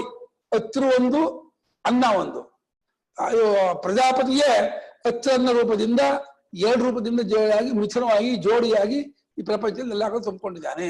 ಎಲ್ಲೆಲ್ಲೆಲ್ಲ ನೋಡಿದ್ರು ಎರಡೇ ಕಾಣೋದು ನಿಮ್ಗೆ. ಎರಡಕ್ಕಿಂತ ಬೇರೆ ಮೂರನೇ ನೋಡಕ್ ಆಗೋದೇ ಇಲ್ಲ. ಏನ್ ನೋಡಿದ್ರು ಇಲ್ಲ ಅಗ್ನಿ ಪಕ್ಷ ನೋಡ್ಬೇಕು, ಇಲ್ಲ ಅನ್ನ ಪಕ್ಷ ನೋಡ್ಬೇಕು, ಇಲ್ಲ ಸೋಮ ಪಕ್ಷ ನೋಡ್ಬೇಕು, ಇಲ್ಲ ಚಂದ್ರ ಪಕ್ಷ ಅಗ್ನಿ ಪಕ್ಷ ನೋಡ್ಬೇಕು. ಬೇರೆ ಏನೂ ಇಲ್ಲ. ಪ್ರಜಾಪತಿಯ ಇದೊಂದು ಮಿಶ್ರ, ಇದೊಂದು ಜೋಡಿ, ಇದೊಂದು ಇದು ಒಟ್ಟು ಅಂತ. ಗುಣಪ್ರಧಾನಗತೋ ಭೇದ ಹಾಲ್ಬಿಟ್ರು ಭಾಷೆಗಾರರು. ಪ್ರಧಾನಗತೋ ಭೇದ. ಇದು ಸೋಮವೋ ಅನ್ನ ಅಗ್ನಿಯೋ ಅಂತ ಕೇಳಿ ಹೇಳಕ್ಕಾಗಲ್ಲ. ಇದು ಯಾವುದನ್ನು ಉಪಯೋಗಿಸ್ಕೊಂಡ್ರೆ ಇದು ಅಗ್ನಿ ಆಗುತ್ತೆ, ಇದು ಯಾವುದಕ್ಕಾದ್ರೂ ಉಪಯೋಗವಾದ್ರೆ ಇದು ಅನ್ನ ಆಗ್ಬಿಡುತ್ತೆ. ಯಾವುದನ್ನು ಉಪಯೋಗಿಸ್ಕೊಳ್ತೋ ಅದು ಅಗ್ನಿ ಆಗುತ್ತೆ, ಯಾವುದನ್ನು ಉಪಯೋಗಿಸ್ಕೊಳ್ತೋ ಅದು ಅನ್ನ ಆಗತ್ತೆ. ಯಾವ್ದು ಉಪಯೋಗಿಸ್ಕೊಳ್ತೋ ಅದು ಅಗ್ನಿ, ಯಾವುದನ್ನು ಉಪಯೋಗಿಸ್ಕೊಳ್ತೋ ಅದು ಅನ್ನ. ಹಾಗೆ ಇಲಿ ಅನ್ನವೋ ಅಗ್ನಿಯೋ ಅಂದ್ರೆ, ಇಲಿ ಬಟ್ಟೆ ತಿನ್ನುವಾಗ, ಉಂಡೆ ತಿನ್ನುವಾಗ, ಆಂಬಡಿ ತಿನ್ನುವಾಗ ಅದು ಅಗ್ನಿ ಆಗುತ್ತೆ. ಇಲಿಯನ್ನೇ ಬೆಕ್ಕು ತಿನ್ನುವಾಗ ಇಲಿ ಅನ್ನ ಆಗ್ಬಿಡುತ್ತೆ. ಹಾಗೆ ಬೆಕ್ಕು ಕೂಡ ಇಲಿಯನ್ ತಿನ್ನುವಾಗ ಹತ್ತಿರ ಆಗುತ್ತಲ್ಲ, ಬೆಕ್ಕನ್ನು ತಿನ್ನುವ ಪ್ರಾಣಿಗೆ ಬೆಕ್ಕು ಅನ್ನ ಆಗ್ಬಿಡುತ್ತೆ. ಹಾಗೆ ಜಗತ್ತೆಲ್ಲ ಅನ್ನ ಅದ. ಎಲ್ಲ ಜಾಗದಲ್ಲೂ ಎರಡೂ ಇದೆ. ನಮ್ಮಲ್ಲೂ ಒಬ್ಬೊಬ್ಬರಲ್ಲೂ ಎರಡೆರಡು ಭಾಗವೂ ಇದೆ. ನಾವು ಹಸಿರು ಪಕ್ಷದವರು ಹೌದು, ಅನ್ನ ಪಕ್ಷದವರು ಹೌದು. ನಾವು ಇನ್ನೊಬ್ಬರಿಗೆ ಉಪಕಾರ ಮಾಡ್ತಿದ್ದಾಗ ಅನ್ನ ಆಗ್ತೀವಿ, ನಾವು ಉಪಕಾರ ಮಾಡಿಸ್ಕೊಳ್ಳುವಾಗ ನಾವು ಅಗ್ನಿ ಆಗ್ತೀವಿ, ಹಸಿರು ಆಗ್ತೀವಿ. ನಾವು ತಿನ್ನುವಾಗ ಅಗ್ನಿ ಆಗಿರ್ತೀವಿ, ನಮ್ಮನ್ನು ತಿನ್ನುವಾಗ ನಮ್ಮನ್ನು ಅನುಭವಿಸುವಾಗ ನಾವು ಅನ್ನ ಹಾಕ್ತೀವಿ. ನಮ್ಮನ್ನು ಉಪಯೋಗಿಸೋದು ಅನುಭವಿಸಿದ್ರೆ 2 ವರ್ಷ ಮಾಡ್ಬೋದು. ನಾವು ಯಾರಿಗಾದ್ರೂ ಸೇವೆ ಮಾಡಿದ್ರು ನಾವು ಅನ್ನವಾದ್ವಿ. ನಮ್ಮನ್ನು ನೇರಾಗಿ ಪ್ರಾಣಿ ತಿಂದುಬಿಟ್ರು ನಾವು ಅನ್ನ ಆಗ್ಬಿಡ್ತೀವಿ. ನಾವು ಕಾಡು ಹೋಗಿ ಸಿಕ್ಕಾಕೊಂಡ್ಬಿಟ್ಟು ಹುಲಿಯೋ ತೋಳೋ ನಮ್ಮನ್ನು ತಿಂದು ಹಾಕ್ಬಿಡ್ತೀವಿ ಅಂತಂದ್ರೆ ನಾವು ಅನ್ನ ಆಗ್ಬಿಡ್ತೀವಿ. ಅನ್ನವಾಗೋದ್ರಲ್ಲಿ ತಿನ್ನೋದು ಒಂದೇ ಅಲ್ಲ, ಒಂದು ಅಧೀನವಾಗೋದಿಲ್ಲ ಅನ್ನವೇ. ನಾವು ಒಂದಕ್ಕೆ ಅಧೀನವಾಗಿ ಒಂದಕ್ಕೆ ನಾವು ಒಬ್ಬರು ಸುಖ ಕೊಟ್ರೆ, ಒಂದಕ್ಕೆ ಸಂತೋಷ ಕೊಟ್ರೆ ನಾವು ಅನ್ನ ಆಗ್ಬಿಡ್ತೀವಿ.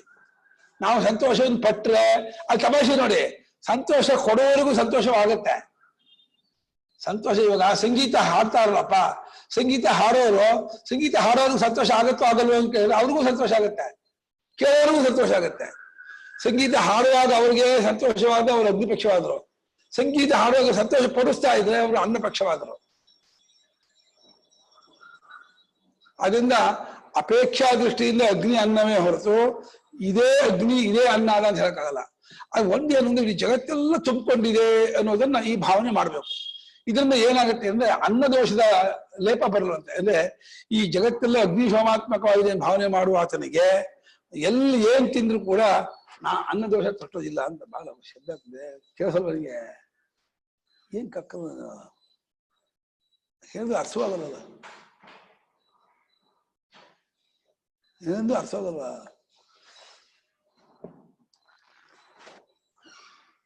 ಅದು ಹಾಕು ಗುಣಪ್ರಧಾನ ಹೇಳ. ಕೋಟಿ ಹೇಳ.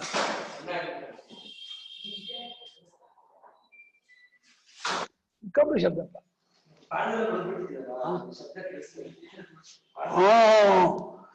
ಗುಣಪ್ರಧಾನದಿಂದ ಆಗಿರ್ತಕ್ಕ ಭೇದ ಇದು ಅಂದ್ರು. ಕಥಂ ಹೇಗೆ ಹೇಳ್ತಾರೆ, ರೈರ್ವ ಅನ್ನಂಬ ಏತತ್ ಸರ್ವಂ. ನೀವು ಯಾವ ರೀತಿ ಪ್ರಪಂಚ ನೋಡ್ತೀರಾ ಅಂತ. ಪ್ರಪಂಚವನ್ನು ನೀವು ನೋಡುವಾಗ ಎಲ್ಲವೂ ಸ್ಥೂಲವಾಗಿದೆ, ಎಲ್ಲವೂ ಭೋಗ್ಯವಾಗಿದೆ, ಎಲ್ಲವೂ ಅನುಕೂಲವಾಗಿದೆ ಅದ್ ನೋಡಿದ್ರೆ ನಿಮ್ಗೆ ಎಲ್ಲವೂ ಅನ್ನವಾಗಿ ಕಾಣ್ತಾ ಇದೆ ಅರ್ಥ. ನಿಮ್ಮ ದೃಷ್ಟಿಗೆ ಜಗತ್ತೆಲ್ಲವೂ ಅನ್ನವಾಗಿದೆ, ನೀವು ಅನ್ನವಾಗಿರ್ತೀರಾ, ನೀವು ಕಾಣ್ತಾ ಇರೋದು ಅನ್ನವಾಗಿರುತ್ತೆ, ಎಲ್ಲವೂ ಅನ್ನವಾಗಿರುತ್ತೆ. ಎಲ್ಲವೂ ಭೋಗ್ಯವಾಗಿದೆ, ಅನುಕೂಲವಾಗಿದೆ, ಚೆನ್ನಾಗಿ ಹಿಂಗಾಗಿದೆ ಅಂತ ಅದನ್ನು ಎಲ್ಲವೂ ತಿಂತಾ ಇದೀವಿ, ಅನುಭವಿಸ್ತಾ ಇದೀವಿ, ಮಜಾ ಮಾಡ್ತಾ ಸಂತೋಷ ಪಡ್ತಾ ಇದೀವಿ ಅಂತ ನೀವು ಅಗ್ನಿ ಆಗ್ಬಿಡ್ತೀರಾ, ಎಲ್ಲವೂ ಅನ್ನವಾಗುತ್ತೆ. ಅಂದ್ರೆ ಅಪ್ಪೆ ಈಗ ಬುದ್ಧಿ ದೃಷ್ಟಿಯಿಂದ ಇದ್ರ ದೃಷ್ಟಿಯಿಂದ ಹೇಳಬೇಕೆ ಹೊರತು ಒಂದು ವಸ್ತುವನ್ನು ಇದೇ ಅಗ್ನಿ ಇದೇ ಅನ್ನ ಅಂತ ಹೇಳಕ್ಕಾಗೋದೇ ಇಲ್ಲ. ಎಲ್ಲವೂ ಅನ್ನ, ಎಲ್ಲವೂ ಅಗ್ನಿ. ಅದಕ್ಕೆ ಒಂದ್ ಕಡೆ ಹೇಳ್ತಿದ್ದಾರೆ, ಏತತ್ ಸರ್ವಂ ರೈರ್ವಾ ಅನ್ನಮೇವ, ಎಲ್ಲವೂ ರೈಯೇ, ಇದೆಲ್ಲವೂ ಅನ್ನವೇ ಅಂದ್ರು. ಕಿಂತದು ಯಾವುದದು? ಎರಡು ಮೂರ್ತಂಚ ಸ್ಥೂಲಂಚ, ಅಮೂರ್ತಂಚ ಸೂಕ್ಷ್ಮಂಚ. ನೋಡಿ, ಅಮೂರ್ತ ಸೂಕ್ಷ್ಮವನ್ನು ಅನ್ನ ಅಂತ ಇದ್ದಾರೆ. ನನಗೆ ಅಮೂರ್ತ ಸೂಕ್ಷ್ಮ ಹತ್ತಿರ ಆಗ್ಬೇಕು, ಸ್ಥೂಲ ಮೂರ್ತ ಅನ್ನ ಆಗ್ಬೇಕು. ಇವಾಗ ಹಾಗಾಗ್ತಿಲ್ಲ. ಮೂರ್ತವೆಲ್ಲ ಒಟ್ಟೆ ಇಡಿಯ ತಗೊಂಡು ಅಷ್ಟು ಅನ್ನವೇ, ಅಷ್ಟು ರೈಯೇ, ಅಷ್ಟು ಸೋಮವೇ, ಅಷ್ಟು ಭೋಗ್ಯ ಅಂತ ಹೇಳ್ತಾ ಇದ್ದಾರೆ. ನಿಮ್ಮ ಕಾನ್ಸೆಪ್ಟ್ ಆ ರೀತಿ ಇದೆ ಅಂತ ಅರ್ಥ. ನಾವು ನೋಡುವಾಗ ಈ ಸ್ಥೂಲ ಪ್ರಪಂಚವನ್ನ ಭೋಗ್ಯವಾಗಿದೆ, ಅನುಕೂಲವಾಗಿದೆ, ಅನ್ನವಾಗಿದೆ, ಸುಖ ಸಾಧನವಾಗಿದೆ ನೋಡಿದ್ರೆ ಎಲ್ಲ ಅನ್ನವಾಗ್ಬಿಡುತ್ತೆ. ಹೀಗೆ ಮೂರ್ತವಾಗಿ ಸ್ಥೂಲ ಪ್ರಪಂಚವೆಲ್ಲವೂ ಸೂಕ್ಷ್ಮ ಪ್ರಪಂಚ ಎರಡು ಅನ್ನವೇ ಎಂದ್ರು. ಮೂರ್ತೆ ಅಸ್ತನ್ನ ರೂಪೇ ಅಪಿ ರೈರೇವ. ನೋಡಿ, ಅತ್ರು ಅನ್ನ ರೂಪ, ಅದು ಅತ್ರು ರೂಪ ಆಗಿದ್ದು ರೈ ಅಂತ ಇದ್ದಾರೆ. ಅತ್ರು ರೈ ಆಗಲ್ಲ, ಅನ್ನ ಅತ್ರು ಆಗಲ್ಲ. ಆದ್ರೆ ಮೂರ್ತಾತ್ಮವಾಗಿರೋ ಸ್ಥೂಲ ಪ್ರಪಂಚವೆಲ್ಲವೂ ಅನ್ನವೇ, ರೈಯೇ, ಸೋಮವೇ ಒಂದು ಭಾಗದ ಹಾಗೆ ಹೇಳ್ಬೋದು. ಅಷ್ಟು ಉಪಕಾರ ಇದೆ. ತಸ್ಮಾ ಪರಿಭಕ್ತಾದ್ ಅಮೂರ್ತಾದ್ ಇದನ್ಯತ್ ಮೂರ್ತ ರೂಪಂ ಮೂರ್ತಿ ಸೈವ ರೈಹಿ ಅನ್ನಂ. ನೋಡಿ, ಮತ್ತೆ ಆ ಮೂರ್ತ ಹೊಡ್ಕೊಂಡಿದ್ಯಲ್ಲ, ಆ ಎರಡರಲ್ಲಿ ಅಮೂರ್ತಕ್ಕಿಂತ ಬೇರೆಯಾಗಿದೆ, ಅಮೂರ್ತಕ್ಕಿಂತ ಬೇರೆ ಆಗಿದೆಯಲ್ಲ. ಅಮೂರ್ತಕ್ಕಿಂತ ಅಂದ್ರೆ ವಾಯು ಆಕಾಶ, ಅದಕ್ಕಿಂತ ಬೇರೆಯಾಗಿರೋ ಮೂರ್ತ ರೂಪ ಇದೆಯಲ್ಲ, ಆ ಮೂರ್ತವೇ ರೈ, ಅದೇ ಅನ್ನ. ಮತ್ತೆ ಭಾಗ ಮಾಡು ಮೇಲೆ ಮೂರ್ತ ಅರ್ಥನ ರೂಪ ರೈಯೇವ ಅಂದ್ರು, ಎರಡು ರೈಯೇ ಅಂದ್ರು. ಈಗ ಮತ್ತೆ ಅದಕ್ಕಿಂತ ಅಂದ್ರೆ ಆ ಅಮೂರ್ತವಾಗಿರುವ ಅತ್ರೂಪಕ್ಕಿಂತ ಬೇರೆಯಾಗಿರುವ ತೇಜಸ್ಸು ಅಪ್ಪು ಅನ್ನ ಇದೆಯಲ್ಲ ಮೂರ್ತ, ಅದು ರೈ, ಅದು ಅನ್ನ. ಏನನ್ನಿದ್ದೆ? ಸೋಮ. ಕಷ್ಟಪ್ಪ. ಅಮೂರ್ತೇನ ಅತ್ರ ಅಜ್ಜಮಾನತ್ವ. ಮೂರ್ತೇನ ಅತ್ರ ಎಲ್ಲ ನಿದ್ದೆ ಮಾಡ್ತಾರಮ್ಮ. ಅಯ್ಯೋ ಗ್ರಚಾರ, ನಾವು ಪಾಠ ಆಡ್ಬೇಕು, ಗಂಟ್ಲು ಹೊಡ್ಕೊಂಡು ಪಾಠ ಆಡ್ಬೇಕು, ಹಂಗೋ ಪಾಠ ಹೇಳಕ್ ಆಗ್ತಾನೂ ಇಲ್ಲ, ಸುಸ್ತಾಗ್ತಾ ಇದೆ, ಗಂಟ್ಲು ಹಿಡ್ಕೊಳ್ತಾ ಇದೆ, ಏನ್ ಮಾಡೋದು ಗೊತ್ತಾಗಿಲ್ಲ. ನೀವು ನಿದ್ದೆ ಮಾಡ್ತೀರಾ, ಅಲ್ಲಿ ಸರಿಯಾಗಿ ಫ್ಯಾನು ಹಾಕಲ್ಲ, ಏನ್ ಮಾಡೋಣ ಗ್ರಚಾರ. ಅಮೂರ್ತೇನ ಹತ್ರ ಅಜ್ಜಮಾನ, ಅಮೂರ್ತವಾದ ವಸ್ತುವಿಂದ ಕೇಳಮ್ಮ.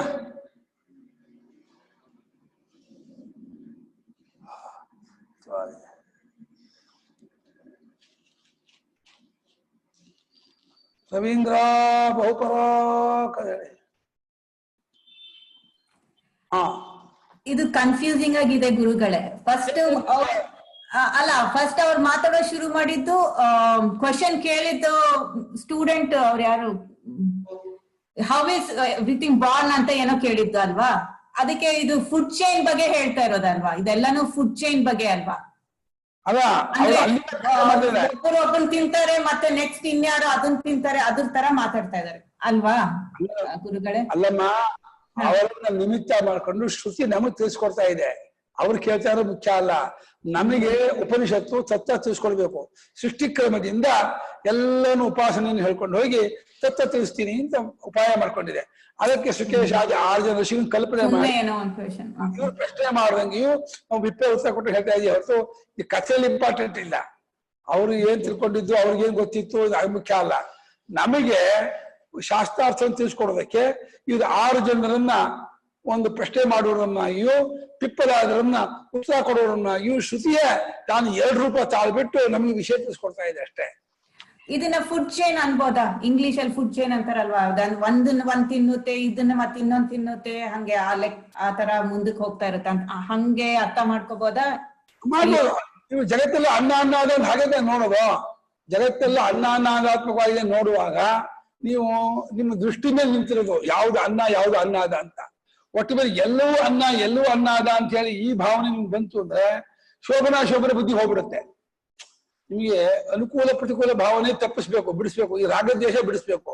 ರಾಗದ್ವೇಷ ಬಿಡಿಸೋದಕ್ಕೆ ಏನ್ ಮಾಡ್ತಾ ಇದೆ, ಇಡೀ ಜಗತ್ತಲ್ಲಿ ಅಗ್ನಿಶೋಮಾತ್ಮಕವಾಗಿದೆ ಭಾವನೆ ಮಾಡಿ, ಅನ್ನಾದಾತ್ಮಕವಾಗಿದೆ, ಇದಕ್ಕಿಂತ ಬೇರೆ ಜಗತ್ತಲ್ಲಿ ಏನೂ ಇಲ್ಲ ಅನ್ನೋದನ್ನ ಚೆನ್ನಾಗಿ ನಿಮ್ ಮನಸ್ಸಲ್ಲಿ ಕೂರಿಸ್ಬಿಟ್ರೆ ನಿಮಗೆ ಶೋಭನ ಬುದ್ಧಿ ರಾಗದ್ವೇಷ ಹೋಯ್ತು ಅಂದ್ರೆ ತತ್ವಜ್ಞಾನಕ್ಕೆ ನೀವು ಯೋಗ್ಯರಾಗ್ತೀರಾ, ಅಧಿಕಾರಿಗಳಾಗ್ತೀರಾ. ಅದಕ್ಕೆ ಪೀಠಿಕೆ ಹಾಕ್ತಾ ಇದೆ ಅಷ್ಟೇ. ರಾಗದ್ವೇಷ ಇಲ್ಲಿ ಹೆಂಗ್ ಬರುತ್ತೆ ಗುರುಗಳೇ? ಅಯ್ಯೋ, ನಮ್ಗೆ ವಸ್ತು ನೋಡ್ಕೊಳ್ಳಿ ಚೆನ್ನಾಗಿದೆ, ನಂಗೆ ಬೇಕು ಅನ್ಸಲ್ವಾ? ಅಂಗಡಿ ಹೋದ್ಕೊಳ್ಳೆ ಹೋಗಿ ಚೆನ್ನಾಗಿದೆ ತಗೋಬೇಕು ಅಂತ ಹಾಗೆಲ್ಲ ಅನ್ಕೋಬೇಡಿ. ಜಗತ್ತೆಲ್ಲ ಪ್ರಜಾಪತಿ ಸ್ವರೂಪ, ಎಲ್ಲವೂ ಅನ್ನಾದಾತ್ಮಕ. ಎಲ್ಲ ಪ್ರಜಾಪತಿ ನಾನೇ ಆಗಿದ್ದೀನಿ, ನನಗಿಂತ ಬೇರೆ ಜಗತ್ತಲ್ಲಿ ಏನೇನೂ ಇಲ್ಲ, ನಾನೇ ಪ್ರಜಾಪತಿಯಾಗಿ ಜಗತ್ತಲ್ಲಿ ತುಂಬಿಕೊಂಡಿದ್ದೀನಿ ಭಾವನೆ ಮಾಡ್ಬಿಟ್ರೆ ನಿಮ್ಗೆ ಕೈ ಬೇಕು ಕಾಲು ಬೇಕು ಹೇಗೆ ಆಸೆ ಬರಲ್ವೋ, ಜಗತ್ತಲ್ಲಿರೋದಿಲ್ಲ ನೀವೇ ನಾನೇ ಗೊತ್ತಾಗ್ಬಿಟ್ರೆ ನಿಮ್ಗೆ ಆಸೆ ಬರಲ್ಲ. ಅವಾಗ ರಾಗದ್ವೇಷ ಹೊರಟೋಗ್ಬಿಡುತ್ತೆ. ಅಷ್ಟೇ. ಎಲ್ಲವೂ ನಾವೇ ಆಗಿದ್ವಿ. ನಾವೇ ಪ್ರಜಾಪತಿ ಅಂತ ಯಾರನ್ನೂ ಹೇಳ್ತಾ ಇಲ್ಲ, ನಮ್ಮನ್ನೇ ಹೇಳ್ತಿರೋದು. ನಾವು 5 ವರ್ಷ ಶೀತ ಮಾಡ್ಕೊಂಡಾಗ ನಾವು ಬೇರೆ ಅನ್ನಿಸ್ತೀವಿ ಹೊರತು ನಿಜವಾಗಿ ಜಗತ್ಕಾರವಾದ ಪ್ರಜಾಪತಿಯು ನಾನೇ, ಹಿರಣ್ಯಗರ್ಭನೂ ನಾನೇ, ವಿರಾಟ್ ಕೃಷ್ಣನು ನಾನೇ, ಅಗ್ನಿಯೂ ನಾನೇ, ಸೋಮವೂ ನಾನೇ. ಎಲ್ಲವೂ ನನಗೆ ಹೆಸರು, ನನ್ನದೇ 2 ರೂಪ. ಹಾಗಾಗಿ ಈ ಜಗತ್ತಿನ ಎಲ್ಲ ಪುರುಷರು ನಾನೇ, ಎಲ್ಲಾ ಸ್ತ್ರೀಯರು ನಾನೇ, ಎಲ್ಲ ಗಣಕ ಬಂಗಾರ ಬೆಳ್ಳಿ ಎಲ್ಲ ನಾನೇ ಆಗಿದ್ದೀನಿ. ಹಾಗಿದ್ಮೇಲೆ ಬೇಕು ಬೇಡ ಅನ್ನೋ ಪ್ರಶ್ನೆಗೆ ಅರ್ಥವೇ ಇಲ್ಲ. ಎಲ್ಲವೂ ಅನ್ನ ಕರೆಕ್ಟು, ಎಲ್ಲವೂ ಅನ್ನಾದ ಅನ್ನೋದು ಕರೆಕ್ಟು. ನಿಜವಾಗಿ 2 ಆಗಲ್ಲ, ಎಲ್ಲವೂ ಎಲ್ಲವೂ ಅನ್ನಾದ ಆಗಲ್ಲ ಅಂದ್ರೆ 2 ಸುಳ್ಳು ಅಂತ ಆಯ್ತು, 2 ಕಲ್ಪಿತ ಅಂತ ಆಯ್ತು. ಅಕಲ್ಪಿತವಾದ ಇನ್ನೊಂದು ತತ್ವ ಹೇಳ್ಬೇಕು, ಅದಕ್ಕೆ ಕಲ್ಪಿತ ರೂಪವನ್ನು ಇಟ್ಕೊಂಡು ಹೋಗ್ತಾ ಇದೆ. ಜಗತ್ತಿನ ಎಲ್ಲರನ್ನೂ ಪ್ರೀತಿಸ್ತಾನೆ ಅಂದ್ರೆ ಅರ್ಥ ಯಾರನ್ನು ಪ್ರೀತಿಸಲ್ಲ ಅಂತಲೇ ಅರ್ಥ. ಯಾಕಂದ್ರೆ ಜಗತ್ತಿನೆಲ್ಲ ಪ್ರೀತಿಸೋಕೆ ಆಗೋದಿಲ್ಲ ಒಬ್ಬನಿಗೆ. ಎಲ್ಲರನ್ನೂ ಪ್ರೀತಿಸ್ತಾನೆ ಅಂದ್ರು ಯಾರನ್ನೂ ಪ್ರೀತಿಸಲ್ಲ ಅಂದ್ರು ಮೀನಿಂಗ್ ಒಂದೇ, ಅದಕ್ಕೆ ಅರ್ಥ ವ್ಯತ್ಯಾಸ ಇಲ್ಲ. ಕೆಲವರನ್ನ ಮಾತ್ರ ಪ್ರೀತಿಸ್ತಾನೆ ಅಂದ್ರೆ ಇನ್ನು ಕೆಲವೊಂದು ದ್ವೇಷ ಮಾಡ್ತಾನೆ ಅಂತ ತಾನೇ ಅರ್ಥ ಆಗಿ ಆಗತ್ತೆ. ಇಷ್ಟು ಜನ ನಮ್ಮವರು ಅಂದ್ರೆ ಅರ್ಥ ನೀ ಇಷ್ಟು ಜನ ನಮ್ಮವ್ರು ಅಲ್ಲ ಅಂತ ಹೇಳ್ದಂಗಾಗತ್ತೆ. ಹಂಗ ಆಗ್ಬಾರ್ದು ಅಂತ. ಇಷ್ಟು ಜನ ನಮ್ಮವರು, ಇದು ಇಷ್ಟು ಮಾತ್ರ ಇಷ್ಟ, ಇದು ಮಾತ್ರ ಪ್ರಿಯ ಅಂತ ಮಾಡಬಾರ್ದು. ಎಲ್ಲವೂ ಒಂದೇ, ಎಲ್ಲವೂ ಅಗ್ನಿಶೋಮಾತ್ಮಕ ಜಗತ್ತು ಸಾಕು ಅಂತೂ ಅದಕ್ಕೆ ಸೆಟ್ಲ್ ಆಗ್ಬಿಟ್ಟು ಅದಲ್ಲೇ ನೀವು ಕ್ಯಾರಿ ಮಾಡ್ತಾ ಇದ್ರೆ ಆ ಅಗ್ನಿಶೋಮಾತ್ಮಕ ಸ್ವರೂಪವನ್ನು ಪಡ್ಕೊಂಡ ನಿಮಗೆ ತತ್ವಜ್ಞಾನ ಹೋದ್ರೆ ಅದನ್ನು ಬೇರೆ ಪ್ರಯೋಜನ. ಹೀಗೆ ಶರೀರ ಬಿಟ್ರೆ ಉತ್ತಮ ಲೋಕ ಪ್ರಾಪ್ತಿ ಆಗತ್ತೆ. ಸಾಯುಜ್ಯ ಅಗ್ನಿಶೋಮಾತ್ಮಕ ಸ್ವರೂಪವನ್ನೇ ಪಡ್ಕೊಂಡ್ಬಿಡ್ತೀರ, ಪ್ರಜಾಪತಿ ಸ್ವರೂಪ ಪಡ್ಕೊಂಡ್ಬಿಡ್ತೀರ, ಬ್ರಹ್ಮಲೋಕ ಪ್ರಾಪ್ತಿ ಆಗತ್ತೆ. ಇನ್ನೇನ್ ಬೇಕೋ?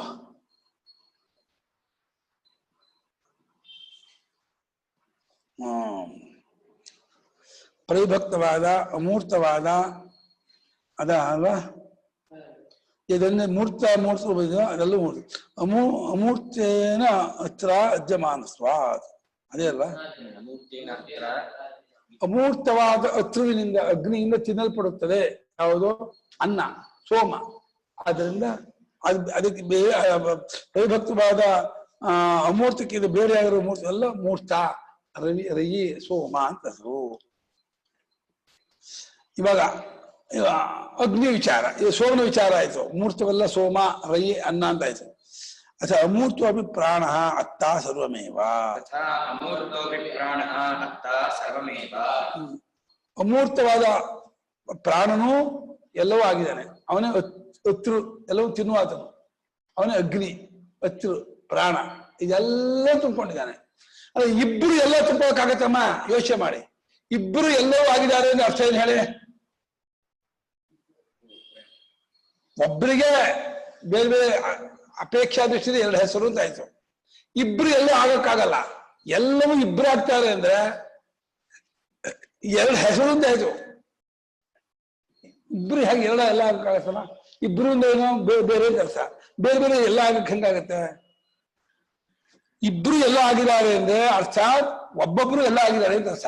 ಒಬ್ಬೊಬ್ಬರಿಗೆ ಇಬ್ರು ಹೆಸರು. ಒಬ್ಬನನ್ನೇ ಸೋಮ ನೋಡೋದು, ಒಬ್ಬನನ್ನೇ ಅಗ್ನಿ ನೋಡೋದು, ಜಗತ್ತೆಲ್ಲ ಅಗ್ನಿ ನೋಡೋದು ಎಲ್ಲ. ಹೆಚ್ಚ ಆದ್ಯಂ ಕಥಂ, ಹೆಚ್ಚ ಆದ್ಯಂ ಆದ್ಯ ತಿನ್ನಲ್ಪಡುವಂಥದ್ದು ಏನಿದೆ ಅದೆಲ್ಲವೂ ಅದೇ ಅಂದ್ರು. ಹೇಗೆ ನಿಶ್ಚಯ ಮಾಡ್ತಾರೆ.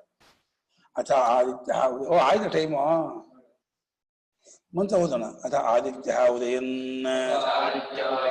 ಯತ್ ಪ್ರಾಚೀನ್ ದಿಶಂ ಪ್ರವಿಶತಿ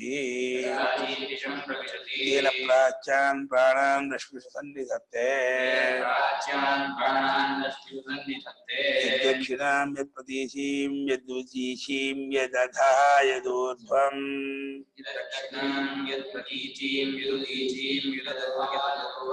ಯದಂತರಾ ದಿಶಃ ತತ್ಸರ್ವಂ ಪ್ರಕಾಶಯತಿ. ಎತ್ತಲ ತತ್ವಗಳು ಎಚ್ಚರು ತೇನ ಸರ್ವಾನ್ ಪ್ರಾಣಾನ್ ಅಶ್ವಿಷನ್ ನಿಧತ್ತೆ. ಅಥಾದಿತ್ಯ ಉದಯನ್ ಯತ್ ಪ್ರಾಚೀನ್ ದಿಶಂ ಪ್ರವಿಶತಿ ತೇನ ಪ್ರಾಚ್ಯಾನ್ ಪ್ರಾಣಾನ್ ರಶ್ಮಿಷು ಸನ್ನಿಧತ್ತೆ ಯದ್ದಕ್ಷಿಣಾಂ ಯತ್ ಪ್ರತೀಚೀಂ ಯದುದೀಚೀಂ ಯತಥೋ ಯದೂರ್ಧ್ವಂ ಯದಂತರಾದಿಶಃ ಯತ್ಸರ್ವಂ ಪ್ರಕಾಶಯತಿ ತೇನ ಸರ್ವಾನ್ ಪ್ರಾಣಾನ್ ರಶ್ಮಿಷು ಸನ್ನಿಧತ್ತೆ. ಆದಿತ್ಯಃ ಉದಯನ್ ಯತ್ ಪ್ರಾಚೀನ್ ದಿಶಂ ಪ್ರವಿಶತಿ ತೇನ ಪ್ರಾಚ್ಯಾನ್ ಪ್ರಾಣೇನ ರಶ್ಮಿಷು ಸನ್ನಿಧತ್ತೆ ದಕ್ಷಿಣಾಂ ಯತ್ ಪ್ರತೀಚೀಂ ಯತ್ ಉದೀಚೀಂ ಯತ್ ಅಧಃ ಯತ್ ಊರ್ಧ್ವಂ ಯತ್ ಅಂತರಾ ದಿಶಃ ಯತ್ ಸರ್ವಂ ಪ್ರಕಾಶಯತಿ ತೇನ ಸರ್ವಾನ್ ಪ್ರಾಣಾನ್ ರಶ್ಮಿಷು. ಆಗಿದೆ ನನ್ ಮುಗಿದ ನನ್ ಸರಿ ಇಲ್ಲ ಅಂತ. ಇನ್ನು ಆದಿತ್ಯ ಉದಯವಾಗುವಾಗ ಪೂರ್ವ ದಿಕ್ಕನ್ನೆಲ್ಲ ರಶ್ಮಿಗಳನ್ನ ತುಂಬಿಡ್ತಾನಲ್ಲ. ಪ್ರಾಚ್ಯಾನ್ ಪ್ರಾಣಾನ್ ರಶ್ಮಿ ಸನ್ನಿಧತ್ತೆ. ಪೂರ್ವ ದಿಕ್ಕದ ಎಲ್ಲಾ ಪ್ರಾಣಿಗಳನ್ನು ರಶ್ಮಿಗಳನ್ನ ತುಂಬಿಕೊಳ್ತಾನಂತೆ. ಆ ಪೂರ್ವ ದಿಕ್ಕಲ್ಲಿ ತಂಡನ್ನಾಗಿ ಮಾಡ್ಕೊಂಡ್ಬಿಡ್ತಾನೆ. ಆಮೇಲೆ ದಕ್ಷಿಣ ದಿಕ್ಕು, ಪಶ್ಚಿಮ, ಉತ್ತರ, ಮೇಲೆ, ಕೆಳಗೆ ಎಲ್ಲಾ ಕಡೆಯನ್ನು ರಶ್ಮಿಗಳಿಂದ ತುಂಬಿಕೊಂಡು ಎಲ್ಲರೂ ಆತ್ಮಸಾತ್ ಕರೋತಿ, ನಾನು ಮಾಡ್ಕೊಂಡ್ಬಿಡ್ತಾನೆ. ಅದೇ ಎಲ್ಲವೂ ಆದಿತ್ಯನಾಗುವುದು, ಪ್ರಾಣ ಆಗುವುದು, ಅಗ್ನಿ ಆಗುವುದು, ಅತೃ ಆಗುವುದು. ಅದೇ ಪ್ರಾಣ, ಅತೃ, ಅಗ್ನಿ, ಆದಿತ್ಯ. ಇದಾಗಿದ್ದಾನೆ. ಸರ್ವಾಂ ಪ್ರಾಣ, ಎಲ್ಲಾ ಪ್ರಾಣಿಗಳು ರಶ್ಮಿಗಳು. ಇವು ಸ್ಟ್ರಾ ಇದ್ದಾಗ ರಶ್ಮಿಗಳು ಅದ್ರ ಮೂಲಕ ಬಂದು ನಮ್ಮ ಹೃದಯಕ್ಕೆ ಬರ್ತಾನೆ, ನಮ್ಮೆಲ್ಲ ತುಂಬಿಕೊಳ್ತಾನೆ. ಪದಾರ್ಥ ಮೇಲೆ ಬೀಳ್ತಾನೆ, ಎಲ್ಲ ತುಂಬಿಕೊಳ್ತಾನೆ. ಯಾವ್ಯಾವ್ದ ಮೇಲೆ ಬೆಳಗ್ಗೆ ಬೀಳ್ತಾನೆ ಅದೆಲ್ಲ ನಂದು ಮಾಡ್ಕೊಂಡ್ಬಿಡ್ತಾನೆ. ಆತ್ಮಸಾತ್ ಕರೋತಿ, ಎಲ್ಲವನ್ನು ತನ್ನದನ್ನಾಗಿ ಮಾಡ್ಕೊಳ್ತಾನೆ. ತನ್ನದನ್ನಾಗೇನೋ ತನ್ನದು ನನ್ನ ಮನೆಯೂ ಹಾಗೆ ಅಲ್ಲ, ತಾನೇ ಆಗ್ಬಿಡ್ತಾನೆ. ಎಲ್ಲವೂ ತಾನೇ ಆಗ್ಬಿಡ್ತಾನೆ. ಹಾಗಾಗಿ ಜಗತ್ತೆಲ್ಲ ಆದಿತ್ಯರೇ, ಎಲ್ಲ ಪ್ರಾಣವೇ, ಎಲ್ಲವೂ ಅತೃವೇ, ಎಲ್ಲವೂ ಅಗ್ನಿಯೇ. ಜಗತ್ತಿನ ಅಗ್ನಿ ಬಿಟ್ಟು ಬೇರೆ ಇಲ್ಲ. ಹಾಗೆ ಇನ್ನೊಂದು ಪಕ್ಷಿಯಿಂದ ಜಗತ್ತೆಲ್ಲ ಸೋಮ, ಜಗತ್ತೆಲ್ಲ ಅನ್ನ, ಜಗತ್ತೆಲ್ಲ ರಯಿ, ಜಗತ್ತೆಲ್ಲ ಅನ್ನ, ಇದು ಚಂದ್ರ, ಜಗತ್ತೆಲ್ಲ ಚಂದ್ರ. ಅದು ಸೋಮ ಚಂದ್ರ, ಅನ್ನ ರಯಿ, ಅಗ್ನಿ ಅತ್ರ, ಆದಿತ್ಯ ಪ್ರಾಣ, ಎಲ್ಲ ಒಂದಕ್ಕೆ 4 ಹೆಸರು. ಎಲ್ಲರೂ ಚೆನ್ನಾಗಿ ಮಾಡ್ಕೋತಾನೆ. ಇದೇನಕ್ಕೆ ಅಂದ್ರೆ ಅಪೇಕ್ಷಾ ದೃಷ್ಟಿಯಿಂದ 2 ಭೇದ ತೋರುತ್ತೆ. ಈಗ ಒಂದೇ ತತ್ವ 2 ರೂಪಾಯಿ 2 ಮುಖ ಇದ್ದ ಹಾಗೆ ಜಗತ್ತೆಲ್ಲ ಹೀಗಿದೆ ಅಂತ ಇದನ್ನ ಭಾವನೆ ಮಾಡ್ತಾ ಇದ್ರೆ ಅಗ್ನಿಶೋಮಾತ್ಮಕನಾಗಿ ಜಗತ್ತೆಲ್ಲ ತುಂಬಿಕೊಳ್ತಾನೆ. ಮುಂದೆ ಕಥೆ ಹೇಳ್ತಾರೆ.